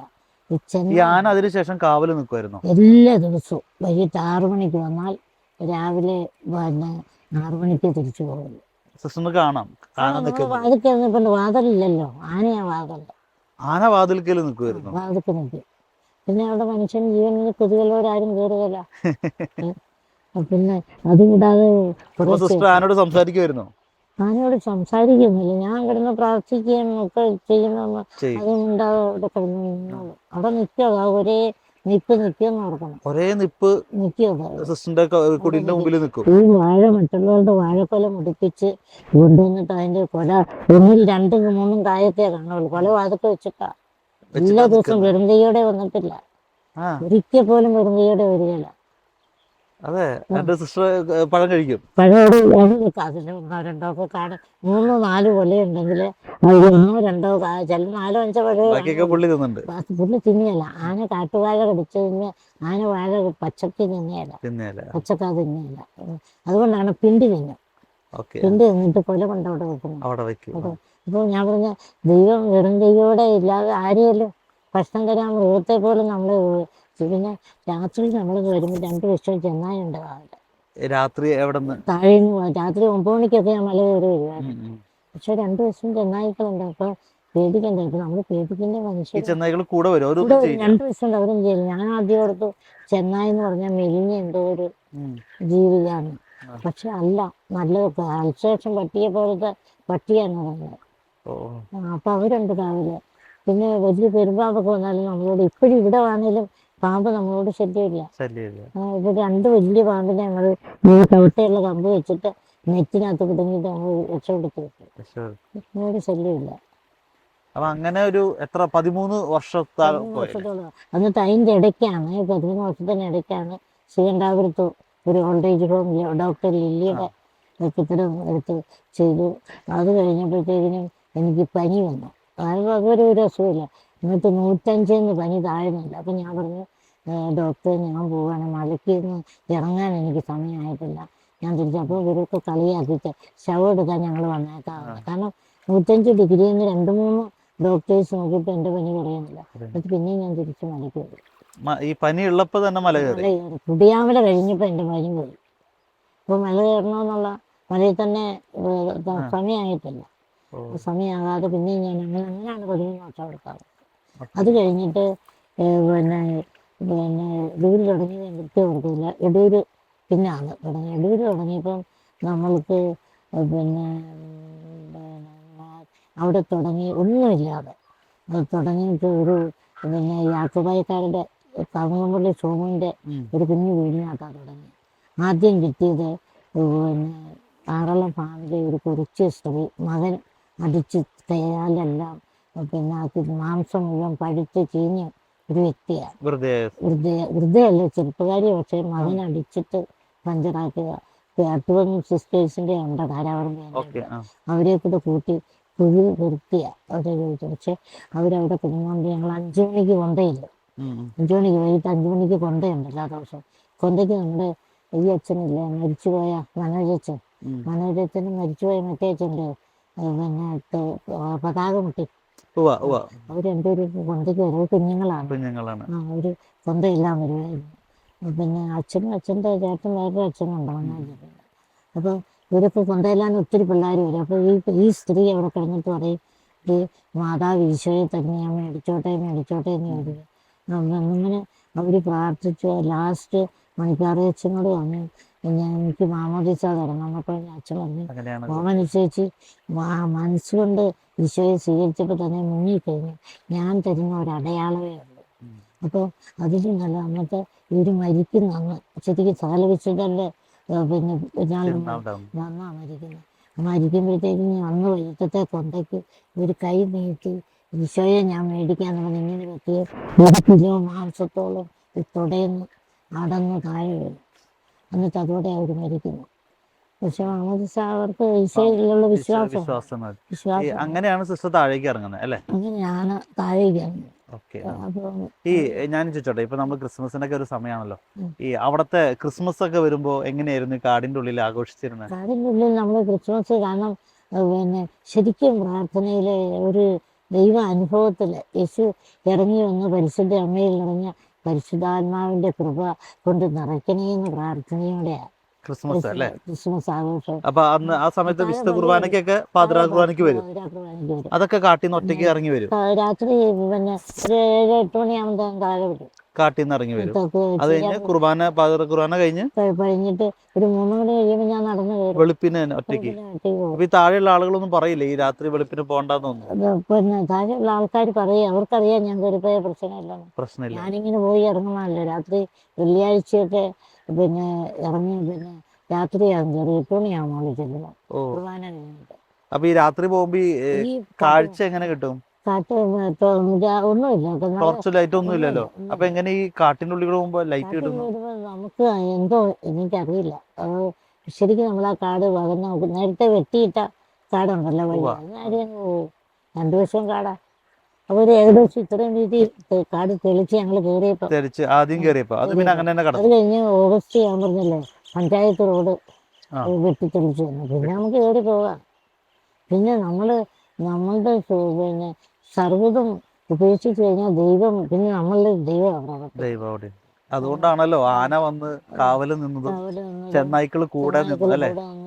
മൃഗങ്ങള് എന്നിട്ട് പിന്നെ ശരിക്കും പറഞ്ഞു കഴിഞ്ഞാൽ തോമാശ്ലീഹായുടെ പള്ളിയിലാണ് ഞാൻ ഞായറാഴ്ച കുർബാനയ്ക്ക് അവിടെ പോയിക്കൊണ്ടിരുന്നത്. പാലയൂര്. മറ്റിടത്ത് പിന്നെ ശനിയാഴ്ചയും പോകും. ബാക്കി ഇട ദിവസം അവിടെ തന്നെ പള്ളി ഉണ്ടല്ലോ, അവിടെ പള്ളി പോകും. അപ്പൊ അങ്ങനെ പോയിക്കൊണ്ടിരുന്നിട്ടാണ് ഞാൻ പറഞ്ഞ ദർശനം കിട്ടും. അപ്പൊ ദൈവം പിന്നെ നമ്മുടെ മാതാപിതാക്കളുടെ സംരക്ഷണവും അവരുടെ അതിലും വലുത് ഈ 13 വർഷം ക്രിസ്മസ് കാട്ടിൽ തന്നെയായിരുന്നു അല്ലേ? വേറെ ആരും കോൺവെന്റിലേക്കോ അങ്ങനെ ഒന്നും പോയില്ല. അവിടെ പ്രാർത്ഥിക്കാൻ ഒത്തിരി പേര് വരുമായിരുന്നു പകല്. പേരിലല്ല, പക്ഷെ അതൊന്നും നമുക്ക് വിഷയമല്ല. കാരണം നമ്മള് എവിടെ ഈ ക്രിസ്മസിന്റെ ആരെങ്കിലൊക്കെ സ്പെഷ്യൽ ഭക്ഷണമൊക്കെ കൊണ്ടുവന്നോ? ഇറച്ചിയൊന്നും കഴിക്കില്ല. ഇറച്ചി വെക്കുന്ന വീട്ടിലെ ഭക്ഷണം കഴിക്കാലോ. ഈ ഹോട്ടലിൽ നിന്നൊക്കെ ഒത്തിരി നക്ഷത്രം വലുതായിരുന്നോ? കുടിലിന് നക്ഷത്രം വലുതായിരുന്നോ? നക്ഷത്രമൊന്നുമില്ല. ഇടും? ഇല്ല, ഒന്നും ഇടില്ല. അവസാനമായപ്പോ സോളാർ പിടിപ്പിച്ചു. ലൈറ്റ് കിട്ടി. അവസാനമായപ്പോഴത്തേക്കാണ് ഞാൻ പറഞ്ഞ ജോർജ് പൈസ കൊണ്ട് തന്നു കഴിഞ്ഞാൽ പഠിച്ചത്. അപ്പൊ അതുവരെ സ്റ്റാർ ഒന്നുമില്ല, പക്ഷെ പ്രാർത്ഥിച്ചുകൊണ്ട് ഒരു ക്രിസ്മസ് അല്ലെ? ഈശോയെ അടുത്തറിഞ്ഞുകൊണ്ട് പാതിരക്കുർബാനയ്ക്ക് വരും. തൊട്ടറിഞ്ഞ് ഈ ഭക്ഷണ സാധനങ്ങളൊന്നുമില്ല, പച്ചക്കറി മാത്രമേ കഴിക്കുള്ളൂ അല്ല? അപ്പൊ ആരെങ്കിലും ക്രിസ്മസിന് അന്ന് പച്ചക്കറി കൊണ്ടുവന്ന് തരുമോ? പച്ചക്കറി എന്ന് പറഞ്ഞു കഴിഞ്ഞാല് ഈ കാട്ടിൽ ഒത്തിരി ഇലകളുണ്ട് തിന്നാൻ പറ്റുന്ന. ഇപ്പൊ പച്ച അരിയും ഇതെല്ലാം കൂടി ഇട്ട് വേവിച്ചൊരു വെള്ളത്തിന്. പിന്നെ ഉപവാസ പ്രാർത്ഥനയ്ക്ക് വരുന്നവരുണ്ട് അവിടെ. അവർ അരി സാധനങ്ങളൊക്കെ വന്നിട്ട് അവര് തന്നെ അവിടെ വെച്ചുണ്ടാക്കി. അപ്പൊ അതിന്റെ ഇറച്ചി മീനും അവിടെ കയറ്റിയല്ല. അച്ഛന്മാരും നമ്മുടെ തലശ്ശേരി അവരിതില് എല്ലാ അച്ഛന്മാരും തന്നെ അവിടെ വന്നിട്ടുണ്ട്. അവര് ഇറച്ചി മീനും കൊണ്ട് നേരത്തെ തൂക്കിയിട്ട് നമ്മള് കയറും. അവരും കൊണ്ട് കയറിയിട്ടില്ല. അവര് ഇറച്ചി മീനും കൊണ്ട് അവിടെ കയറിയത്. ഞാൻ ഈ ഒരു കാര്യം ചോദിച്ചോട്ടെ സിസ്റ്റർ, ഇപ്പൊ ഈ 13 വർഷം ആ ഒരു കാടിന്റെ ഉള്ളിൽ പ്രാർത്ഥിച്ചപ്പോ സിസ്റ്റർക്ക് എന്ത് ഉൾക്കാഴ്ചയായിരിക്കും ഈശോ ദൈവത്തെ കുറിച്ച് കിട്ടിയിട്ടുണ്ട്? എനിക്ക് ദൈവത്തെ കുറിച്ച് ദൈവം കൂടെ ഉണ്ട്, അമ്മ കൂടെ ഉള്ളൊരു വലിയ എൻ്റെ അമ്മ കൂടെ ഉള്ള ഒരു ബോധ്യം എനിക്കുണ്ടായിരുന്നു. രണ്ടാമത് ഒത്തിരി മനുഷ്യരെ രക്ഷപ്പെടുത്താൻ അതിന് ഈ കുട്ടികളെ കൊണ്ടുപോയത്. ഇപ്പം അവരൊക്കെ ഒത്തിരി പേര് ഇവിടെ ഭക്ഷണമൊക്കെ കൊണ്ട് തരുന്നുണ്ട്. പക്ഷെ അവര് പിന്നെ വെളിപ്പെടുത്താതെ കൊണ്ട് തരുന്നത്. വാങ്ങാൻ നമ്മൾ പഠിക്കാനിക്കാതിരിക്കുക. പിന്നെ കുന്നംകുളത്ത് പെരുമ്പിലാവിലുണ്ടെന്ന് പറഞ്ഞത് അവിടെ അടുത്ത് ഇവിടുന്ന് പിള്ളേരെ കൊണ്ട് വിട്ട് അവിടെ ആക്കിയതാണ്. അതില് പിന്നെ 2 ഭിക്ഷക്കാരുടെ മക്കളുണ്ട്. അതിലൊരാൾ കളക്ടറാണ്. പഠിപ്പിച്ചിട്ട് അവിടെ സ്ഥാപനം ഉണ്ടായിരുന്ന നമ്മുടെ കപ്പ്യാരി വിജു ഒക്കെ എൻ്റെ കൂടെ വന്നു. ആ കളക്ടറാണ് നമുക്ക് ഊരിയൊക്കെ ഇട്ട് അവിടെ താമസിക്കാൻ വേണ്ടിയില്ല. പിന്നെ അവിടെ ഒരു ഭിക്ഷക്കാരന്റെ മകനായിരുന്നു. ഒരു കുഞ്ഞിങ്ങനെ തോളയിൽ പിന്നെ സഞ്ചി പോലെ ഒരു പിള്ളേരെ അമ്മയുടെ പാലും കുടിച്ച് കിടക്കുന്ന ഒരു കുഞ്ഞിനെ കൈ പിടിക്കേണ്ടാവുന്നതാണ്. എന്നിട്ട് പിന്നെ ഒരു ബസ് വന്നു കുന്നംകുളം സ്റ്റാൻഡിലോട്ട് കയറുകയും ഈ സ്ത്രീയെ ഇടിച്ചു. ഈ സ്ത്രീയെ തൽക്ഷണം ഇടിച്ചപ്പോൾ ആൻഡ്രൂസ് അച്ഛൻ്റെ ഒപ്പ് കണ്ടായിരുന്ന ഒരച്ഛൻ യാക്കോബായിലേക്ക് പോയി. ഫാദർ അലക്സ് ചക്കാലയിരുന്നു അച്ഛൻ. യാക്കോബായി പോയ അച്ഛൻ പിന്നെ എന്നാടുപ്പെന്ന് വെച്ചാൽ അച്ഛന് സ്റ്റാൻഡിനിപ്പുണ്ട്. അച്ഛനിപ്പോൾ അന്നൊക്കെ ഇങ്ങനെ മുട്ടിയ പിള്ളേരെയൊക്കെ എടുത്ത കേസാണ്. അച്ഛൻ അവർ ലോഹയിട്ടുണ്ടല്ലോ നടക്കുന്നത്. അച്ഛൻ പെട്ടെന്ന് ഈ കുഞ്ഞിനെ അമ്മയുടെ ചോരയും പാലും കൂടെ കുടിച്ചുകൊണ്ടിരിക്കുന്ന ഈ കുഞ്ഞിനെ ആദ്യം എടുത്ത് മറ്റേനെ കൈ പിടിച്ചു. ഉടനെ അവരുടെ ആർത്താറ്റുകാർ വന്നിച്ച് പറഞ്ഞു, അച്ഛാ അത് പിന്നെ ചോരയാകും കുഞ്ഞിൻ്റെ മേത്ത്. അച്ഛൻ്റെ ലോകെ ചോരയാകുന്നു. പിന്നെ അച്ഛൻ പറഞ്ഞു ചോരയായാൽ കഴുകി കളഞ്ഞാൽ പോകും, പക്ഷെ ജീവൻ തിരിച്ചു കൊടുക്കാൻ പറ്റിയാലും ആ കുട്ടികളെ അവിടെ പഠിപ്പിച്ചു. അന്നേരം അവിടെ യൂറോപ്യൻസ് ഉണ്ടായിരുന്നു. അവർ പെട്ടെന്ന് ഈ കുട്ടികളെ സ്പോൺസർ ചെയ്തു. അവരാണ് ഒരാൾ കളക്ടർ, ഒരാൾ ഫാഷൻ ഡിസൈനർ, കമ്പ്യൂട്ടർ ബാംഗ്ലൂരാണ്. അപ്പോൾ ആ കുഞ്ഞുങ്ങളൊക്കെ പിന്നെ കുടിയായിട്ടല്ലേ കിട്ടിയത്. കുടി കുഞ്ഞുങ്ങളെ അച്ഛൻ 2-3 പിന്നെ പ്രായമുള്ള 2 പേരെ നിർത്തി അങ്ങനെ പിന്നെ അതിൻ്റെ വാർഷികമാണ് ഈ പിന്നെ ജൂബിലിക്ക് വിളിച്ചിട്ടുണ്ട്. പക്ഷേ എല്ലാ 6-ാം തീയതി മെയ് 6-ാം തീയതി നമ്മൾ അവിടെ പോയി കയറിയിട്ട്, ഞാൻ ഒറ്റയ്ക്ക് പോയില്ല, 5-10 പേര് കാണും എൻ്റെ കൂടെ. അവിടെ പോയിട്ട് അവിടെ നിന്നാണ് പോയിക്കൊണ്ടിരുന്നത്.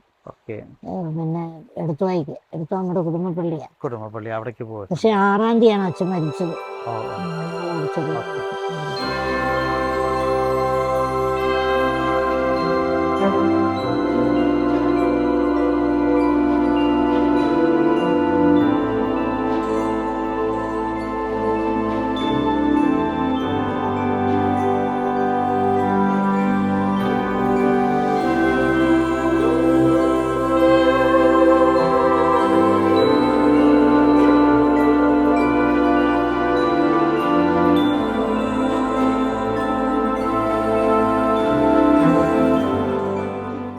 സിസ്റ്റർ ഇപ്പോൾ ഇവിടെ നിൽക്കുന്നത് ശിശുഭവനിലാണ് അല്ലേ, നോക്കുന്നത് അല്ലേ? ഇതിനെ കുറിച്ചൊന്ന് പറയാമോ? ഇത് നമ്മൾ ശരി ഒന്നുമില്ലാതെ തുടങ്ങി. ഇത് അടയ്ക്കാത്തോടെ തുടങ്ങിയത് മാനന്തവാടി ശിശുഭവൻ. അവിടെ വാടകയ്ക്ക് ഒരു കെട്ടിടമായിരുന്നു. കെട്ടിടത്തിൽ താമസിക്കുമ്പോൾ മച്ചിട്ട് വീടായതുകൊണ്ട് പാമ്പ് മുകളിൽ തൂങ്ങി കിടക്കുന്ന കണ്ടുകൊണ്ടാണ് ഞങ്ങളവിടെ ഒരു 13 പിള്ളേർ. ആദ്യം ഒരു അമ്മ 2 കുഞ്ഞുങ്ങളെ കൊണ്ട് പെരുമിൻ്റെ മൈത്രി ഭവനിൽ ഞാനായിരുന്നപ്പം കൊണ്ടുത്തന്ന 2 ആൺകുഞ്ഞുങ്ങളെ കൊണ്ടുത്തന്ന് ആർക്കെങ്കിലും കൊടുക്കുകയോ വയ്ക്കുകയോ അങ്ങനെ പിള്ളേർ പെട്ടുപോയത്. അങ്ങനെ ആ കുട്ടികളെ കൊണ്ട് അന്നേരപ്പോഴത്തേക്കിന് അടയ്ക്കാത്തോട് വാടകയിൽ ജെയിംസിൻ്റെ ഭാര്യ സോണിയ അടയ്ക്കാത്തോട് സ്ഥലം തന്നു. കെട്ടിടം പള്ളിയുടെ തൊട്ട് താഴെ, എല്ലാം പള്ളിയുടെയാണ് തൊട്ട് താഴെ. അപ്പോഴത്തേക്കിന് സ്ഥലം തന്നു കഴിഞ്ഞ് കെട്ടിടമാകണമല്ലോ.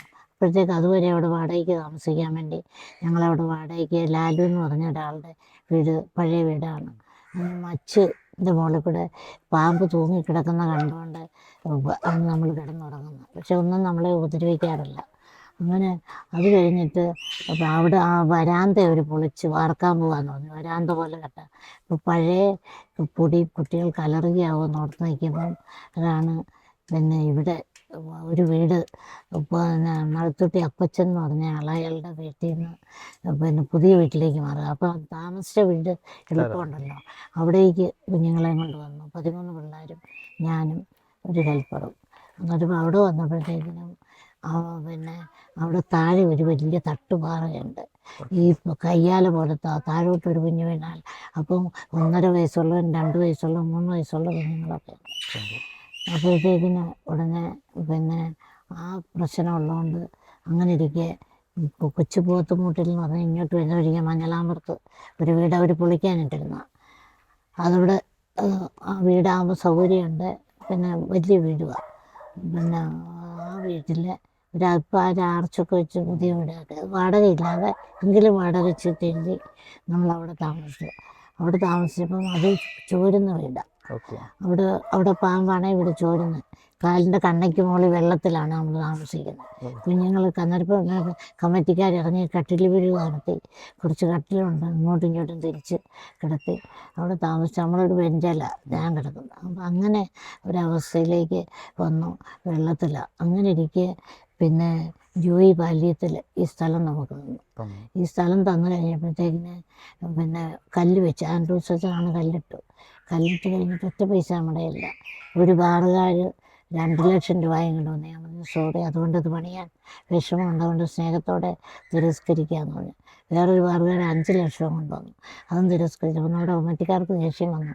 സിസ്റ്ററിൻ്റെ 10 പൈസ പോലും ഇല്ലാനും പിന്നെ കറകളഞ്ഞ പൈസ എവിടുന്നാണ് വരുന്നത്. അത് ശരിയാണ്, മാനുഷികമായിട്ട് ചിന്തിക്കാൻ ഓരോന്ന് പറഞ്ഞു. അത് കഴിഞ്ഞിട്ട് ഈ പുഴയാണ് നമ്മളെ രക്ഷിച്ചത്. പുഴയിലെ അരിയിൽ 3 കൂന മണ്ണ് കോരിയിട്ടാണ് തോന്നുന്നു. 3 കൂന മണ്ണ്. അപ്പോൾ ആൻഡ്രൂസ് അച്ഛൻ അവിടെ ഇരിക്കുന്നത്, അച്ഛനറിയാം സത്യമല്ല. ആൻഡ്രൂസ് അച്ഛനോട് ഞാൻ വെച്ചാൽ 3 കൂന മണ്ണ് കോരിയിട്ടാണ് തിരയടിച്ച് കയറിയതല്ല. ദൈവത്തിൻ്റെ പങ്ക് വന്നതായിരിക്കും എന്ന് പറഞ്ഞു. അങ്ങനെയാണ് പിന്നെ അത് പച്ചമുളക് അത് കോരിയിടാം. അത് കോരിയിട്ട് കഴിഞ്ഞപ്പം ചിരട്ടവേലി കുഞ്ഞുമോനെന്ന് പറഞ്ഞ ആളെ ചെട്ടിയാമ്പറമ്പ് കുറേന്ന് കല്ല് വന്നു, പിന്നെ കണിയാമ്പറമ്പ്, അങ്ങനെ ചെട്ടിയാമ്പറമ്പ് കുറേന്ന് കല്ല് വരാൻ തുടങ്ങി. കല്ല് വരാൻ തുടങ്ങി കഴിഞ്ഞപ്പോഴത്തേക്കിന് പാവങ്ങൾ പിന്നെ മുതൽ 1 കിലോ 2 കിലോ സിമെൻ്റൊക്കെ കൊണ്ടിടാൻ തുടങ്ങി. അത് കഴിഞ്ഞ് 1 ചാക്ക് 5 ചാക്ക് 10 ചാക്ക് സിമെൻ്റ്, അങ്ങനെ പണി തുടങ്ങി. പൈസ കൊണ്ടല്ല പണിത്, എല്ലാവരും എല്ലാം സഹായിച്ചു പണി തുടങ്ങി. ആദ്യത്തെ നില വാർക്കാനായപ്പോൾ ഓരോരുത്തർ പിരിവിന് പോയതല്ല, ഇങ്ങോട്ട് കൊണ്ടു തന്നു. പിന്നെ കമ്പിയും മണലിലുള്ള പൈസയും, മണൽ പുഴയിലെ മണലില്ല, അതിന് മുകളിലത്തെ വാർക്കാൻ മണൽ പുറത്തുനിന്ന് കൊണ്ടുവന്നു. ആ മണൽ പൗലോസ് പൊട്ടയ്ക്കലാണ് ഏറ്റപ്പോൾ 10 പൈസ കിട്ടുമെന്ന് ഓർത്തല്ല, പിന്നെ അങ്ങ് പണിയാൻ കൂടിയെന്നേ ഉള്ളൂ. എന്നിട്ട് അത് പിന്നെ പണിത് ഒരു നില പണിത് കഴിഞ്ഞപ്പോഴത്തേക്കിനും 2ാം നില കല്ലുണ്ടായിരുന്നുകൊണ്ട് കിട്ടിപ്പോയി. അപ്പോഴത്തേക്കിനും വാർക്കാൻ പൈസയില്ല. 50,000 രൂപ ഉണ്ടെങ്കിൽ നടക്കുള്ളൂ പോലെ പറഞ്ഞു. ഉടനെ പിള്ളേർ പറഞ്ഞു, അന്ന് കുഞ്ഞു പിള്ളേർ അന്ന് സിസ്റ്റം വെച്ച് പ്രാർത്ഥിക്കും, മാതാവ് ആരെയും കാണിച്ചില്ലെന്ന് പറഞ്ഞു. അങ്ങനെ ഞങ്ങൾ പ്രാർത്ഥിച്ചിട്ട് ഒരു ഫോൺ നമ്പർ എഴുതി കാണിച്ചു തന്നു. പിന്നെ ഉളിക്കൽ സ്കൂളിൽ നിന്ന്, ഉളിക്കൽ ടൗണിൽ നിന്ന് വയറ്റൂർ സ്കൂളിലേക്ക് പോകുന്ന വഴിക്ക് വാലയിൽ എന്ന് പറഞ്ഞൊരു വീട്ടുകാരാണ്, അവരോട് വിളിച്ച് ചോദിച്ചു. ആ നമ്പർ വിളിച്ച് ചോദിച്ചപ്പോൾ ഞാൻ അവരെ അറിയില്ല, അവരെന്നെ ഒരു 50,000 രൂപ കടം തരുമെന്ന് ചോദിച്ചു. അവർ തരാൻ തയ്യാറായി. അപ്പോഴത്തേക്കിന് ആ പൈസ പിന്നെ കൊണ്ട് നമ്മൾ മണൽ മേടിച്ചു, 2ാം നിലയും വാർത്ത് കഴിഞ്ഞപ്പോഴത്തേക്കിനും അരിപ്പാറയച്ചനാണ്. പിന്നെ നരിപ്പാറയച്ചൻ പറഞ്ഞു, നമുക്ക് താഴെ അടുക്കളയും ആ ഹോളും ഈ വരാന്തയും മാത്രം ടൈലിട്ടിട്ട് നമുക്ക് കയറാമെന്ന് പറഞ്ഞു. അവിടെ വെള്ളത്തിൽ കിടക്കല്ലേ. അപ്പോൾ ഉടനെ ഞാൻ പറഞ്ഞു വെച്ചാൽ കുഞ്ഞു പിള്ളേർ 55 ദിവസമായ കുഞ്ഞ് തലശ്ശേരിയിൽ നിന്ന് ഉണ്ടാക്കിയതുണ്ട്, 1.5 വയസ്സുള്ളതുണ്ട്, 2 വയസ്സ്. അപ്പോൾ കുഞ്ഞു പിള്ളേർ മണ്ണ് നക്കി തിന്നും, മുട്ടുമൊക്കെ പൊട്ടും വീണാലെന്ന് പറഞ്ഞു. എന്നാൽ കമ്മിറ്റിക്കാരൊരു 10,000 രൂപ വീതം കൊടുക്കുക, പലിശയില്ലാതെ, ഡിസംബർ 31-ാം തീയതി തിരിച്ചു തരാമെന്ന് പറഞ്ഞു. അങ്ങനെ ഇരിക്കെ അപ്പോഴത്തേക്കിനും ഉടനെ പിന്നെ എല്ലാവരും കൊണ്ട് തന്നു 1,50,000. കമ്മിറ്റിക്കാരെ നല്ല മനസ്സോർക്കണം, ഇത് കിട്ടാനൊരു വഴിയില്ലാത്തതാണെന്ന് ഓർക്കണം. എന്നിട്ട് അവർ കൊണ്ട് തന്നു. പിന്നെ നമ്മൾ വാർത്ത് ഇത് കയറി അപ്പോഴത്തേക്കിനും ഉടനെ കൊട്ടാരം റൈഡേഴ്സ് ഇരുത്തി അവർ ടൈലും കൊണ്ടുവന്നു ഫസ്റ്റ് ഫ്ലോറിന് താഴെ. നമ്മൾ ഫസ്റ്റ് ഫ്ലോറായി കഴിഞ്ഞപ്പോഴത്തേക്കിനും ഇത് 31-ാം തീയതി കൊടുക്കണമല്ലോ. അവർ ടൈലും കൊണ്ട് വന്നപ്പോൾ നരിപ്പാറയച്ചൻ പറഞ്ഞു, സിസ്റ്റർ പിന്നെ നമുക്ക് ആ പൈസ കൊടുക്കണമല്ലോ, ടൈലിൻ്റെ പൈസയായിട്ട് മേടിച്ചാൽ ചൗരാങ്ങനെ ഉണ്ടെന്നല്ലേ, അതിന് ദൈവം ഏതെങ്കിലും വഴി ഉണ്ടാക്കും. അങ്ങനെ പള്ളിക്കലെന്നും പറഞ്ഞ് കേളകത്തൊരു വീടുണ്ട്, കടയുണ്ടായിരുന്നു, കേളകത്ത് കടയുണ്ടായിരുന്നവരാ. അവർ വന്നപ്പം അവളുടെ കൊച്ചിന് വേണ്ടി പ്രാർത്ഥിക്കാൻ വന്നു. കൊച്ചു സുഖപ്പെട്ടത് നന്ദി പറയാൻ അവളുടെ ആങ്ങളുടെ ഭാര്യയും പിന്നെ അവളും കൊച്ചും ഉണ്ടാകുന്നു. അപ്പോൾ അവർ വന്നപ്പോൾ അവർ അയർലൻഡിൽ ജോലിയാണ്. ഞങ്ങളുടെ ബോസ് കുറച്ച് സ്ഥലം എടുത്തിട്ടുണ്ട്, 9 കൊല്ലമായി ഒരു പേപ്പർ പോലും നീങ്ങുന്നില്ല, നിങ്ങൾ പ്രാർത്ഥിച്ച് ശരിയാവുകയാണെങ്കിൽ അവർ സഹായിക്കുമെന്ന് പറഞ്ഞു. ഉടനെ കുഞ്ഞു പിള്ളേരാണ്. അവർ പറഞ്ഞു, ഞങ്ങളിപ്പോൾ പ്രാർത്ഥിച്ചിട്ട് പറയാൻ ചേച്ചി, എപ്പോൾ ശരിയാവുമെന്ന് പറയാമെന്ന് പറഞ്ഞു. ഇവർ അകത്ത് പിന്നെ മാതാവിൻ്റെ ഒരു രൂപമുണ്ട്, പിന്നെ തൃശ്ശൂർ, അതും റൂമിൽ നിന്ന് വെഞ്ചരിച്ച് നമുക്ക് അയച്ചു തന്ന ഒരു രൂപമാണ്. മാതാവിൻ്റെ അടുത്ത് പ്രാർത്ഥിച്ച് ചേച്ചി പിള്ളേർ പറഞ്ഞു, ചേച്ചി 2 ആഴ്ചയ്ക്ക് ശരിയായും ചേച്ചി വിളിച്ചു പറഞ്ഞു. പിള്ളേർ പറഞ്ഞു. ഉടനെ അവൾ പറഞ്ഞു പറയാൻ മടിച്ചു. അവസാനം അവൾ തോളെ കയറി പറയിപ്പിച്ചു. 4-ാം പക്കം അതിൻ്റെ പേപ്പർ വാങ്ങി അവർ 3 ലക്ഷം രൂപ അയച്ചു തന്നു. അപ്പം 2.80 ഇതിനായുള്ളൂ. ഉടനെ പിള്ളേർ പറഞ്ഞു, ഞങ്ങൾ പ്രാർത്ഥിച്ചിട്ട് കിട്ടിയതാണ്, അതുകൊണ്ട് ഞങ്ങൾക്ക് ഉടുപ്പ് മേടിച്ചു തരണം. ബാക്കി എനിക്ക് ചെറുതിന് വരെ കണക്കറിയാം, ഞങ്ങൾക്ക് ഉടുപ്പ് മേടിച്ചു തരണം. അപ്പം നരിപ്പാറയച്ചൻ പിള്ളേരുടെ കൂടെ കൂടി. അച്ഛൻ പറഞ്ഞു, അവർ പ്രാർത്ഥിച്ചിട്ട് കിട്ടിയതാണ്, നിങ്ങൾ വില കൂടിയാലും കുറഞ്ഞാലും ഉടുപ്പ് മേടിച്ചു കൊടുത്തേ പറ്റുള്ളൂ. അങ്ങനെ ഉടുപ്പ് മേടിച്ചു കൊടുത്തു. പിന്നെ ഇങ്ങോട്ട് ബാക്കിയെല്ലാം നമ്മൾ പോലും അറിയാതെ പെട്ടെന്ന്. 3-ാമത്തെ ഏറ്റവും മുകളിലത്തെ നില MP ഫണ്ട്. MP ഫണ്ട് രാഷ്ട്രീയം വലിയ ഇഷ്ടമില്ലാഞ്ഞുകൊണ്ട് വേണ്ടെന്ന് വെച്ചിട്ട് അത് ഇടിച്ചു കയറി വന്നത്. അത് മുകളിലത്തെ നില പിന്നെ സുധാകരൻ്റെ അത് പണിത് കഴിഞ്ഞപ്പോൾ നമ്മളോട് ഇനിയൊന്നും പരിപാടിയില്ല. അങ്ങനെ തട്ടാപറമ്പിലെ സ്റ്റാൻലി ഇവിടെ വന്ന് ഭാര്യയും മകളുടെ കെട്ടിയും എല്ലാവരും കൂടെ വന്ന് നോക്കിച്ച് മുകളിലത്തെ സീലിംഗ് ഏറ്റു. ഏറ്റവും സീലിങ് സ്പോട്ട് ലൈറ്റും ഒക്കെ എല്ലാം ചെയ്ത് നല്ലതായിട്ട് അത് പിന്നെ ഈ ജനങ്ങളെല്ലാവരും കൂടി ഒരുമിച്ച് ഒരുമിച്ച് നിന്നിട്ട് ഒത്തിരി മനുഷ്യരെ ചെയ്തിട്ട് എന്നിട്ട് അത് ചെയ്ത് കഴിഞ്ഞപ്പോഴത്തേക്കിനാണ് കല്യാണം വന്നത് ആദ്യത്തെ പെണ്ണിൻ്റെ. അപ്പോൾ കളക്ടറൊക്കെ ഉണ്ട്, കളക്ടറോട് 4 പട്ടാളവും 4 പോലീസ്. ഇപ്പോൾ ഇവിടെ സദ്യ, ഇവിടെ പന്തൽ, ഇതിൻ്റെ ഇടയിൽ ഇവിടെ എല്ലാം സദ്യ. മുകളിൽ കളക്ടറൊക്കെ ഏറ്റവും മുകളിൽ വിട്ടു. അപ്പോൾ കളക്ടർ എന്നോട് പറഞ്ഞു, അമ്മേ ഇത് അനാഥാലയം എന്നാരോടും പറയില്ലേ, കളക്ടറേറ്റിലും ഒത്തിരി നല്ലതാണ് എന്ന് പറഞ്ഞു. അപ്പോൾ അങ്ങനെ ദൈവം ഒരുക്കിയതായത്. ഞാനൊന്നും ചെയ്തിട്ടില്ല. അപ്പോൾ കോവിഡിൻ്റെ ബോർഡ് വരുന്നതിന് അപ്പുറം ഔട്ട് ഹൗസ് ശരിയായി. ആരെങ്കിലും വന്നാൽ ഒന്ന് മൂത്രം ഒഴിക്കണേ ഇവിടെ തുറക്കാൻ അനുവാദമില്ല, അവർ ബോർഡ് വെച്ചു. ഇത് കഴിഞ്ഞപ്പോൾ അവിടെ ബാത്റൂമുണ്ട്. അതിനകത്ത് പിതാക്കന്മാരൊക്കെ വന്നാൽ, കളക്ടർ വന്നാൽ ഒരു റൂമുണ്ട് ഫ്രഷ് ആകാൻ വേണ്ടി.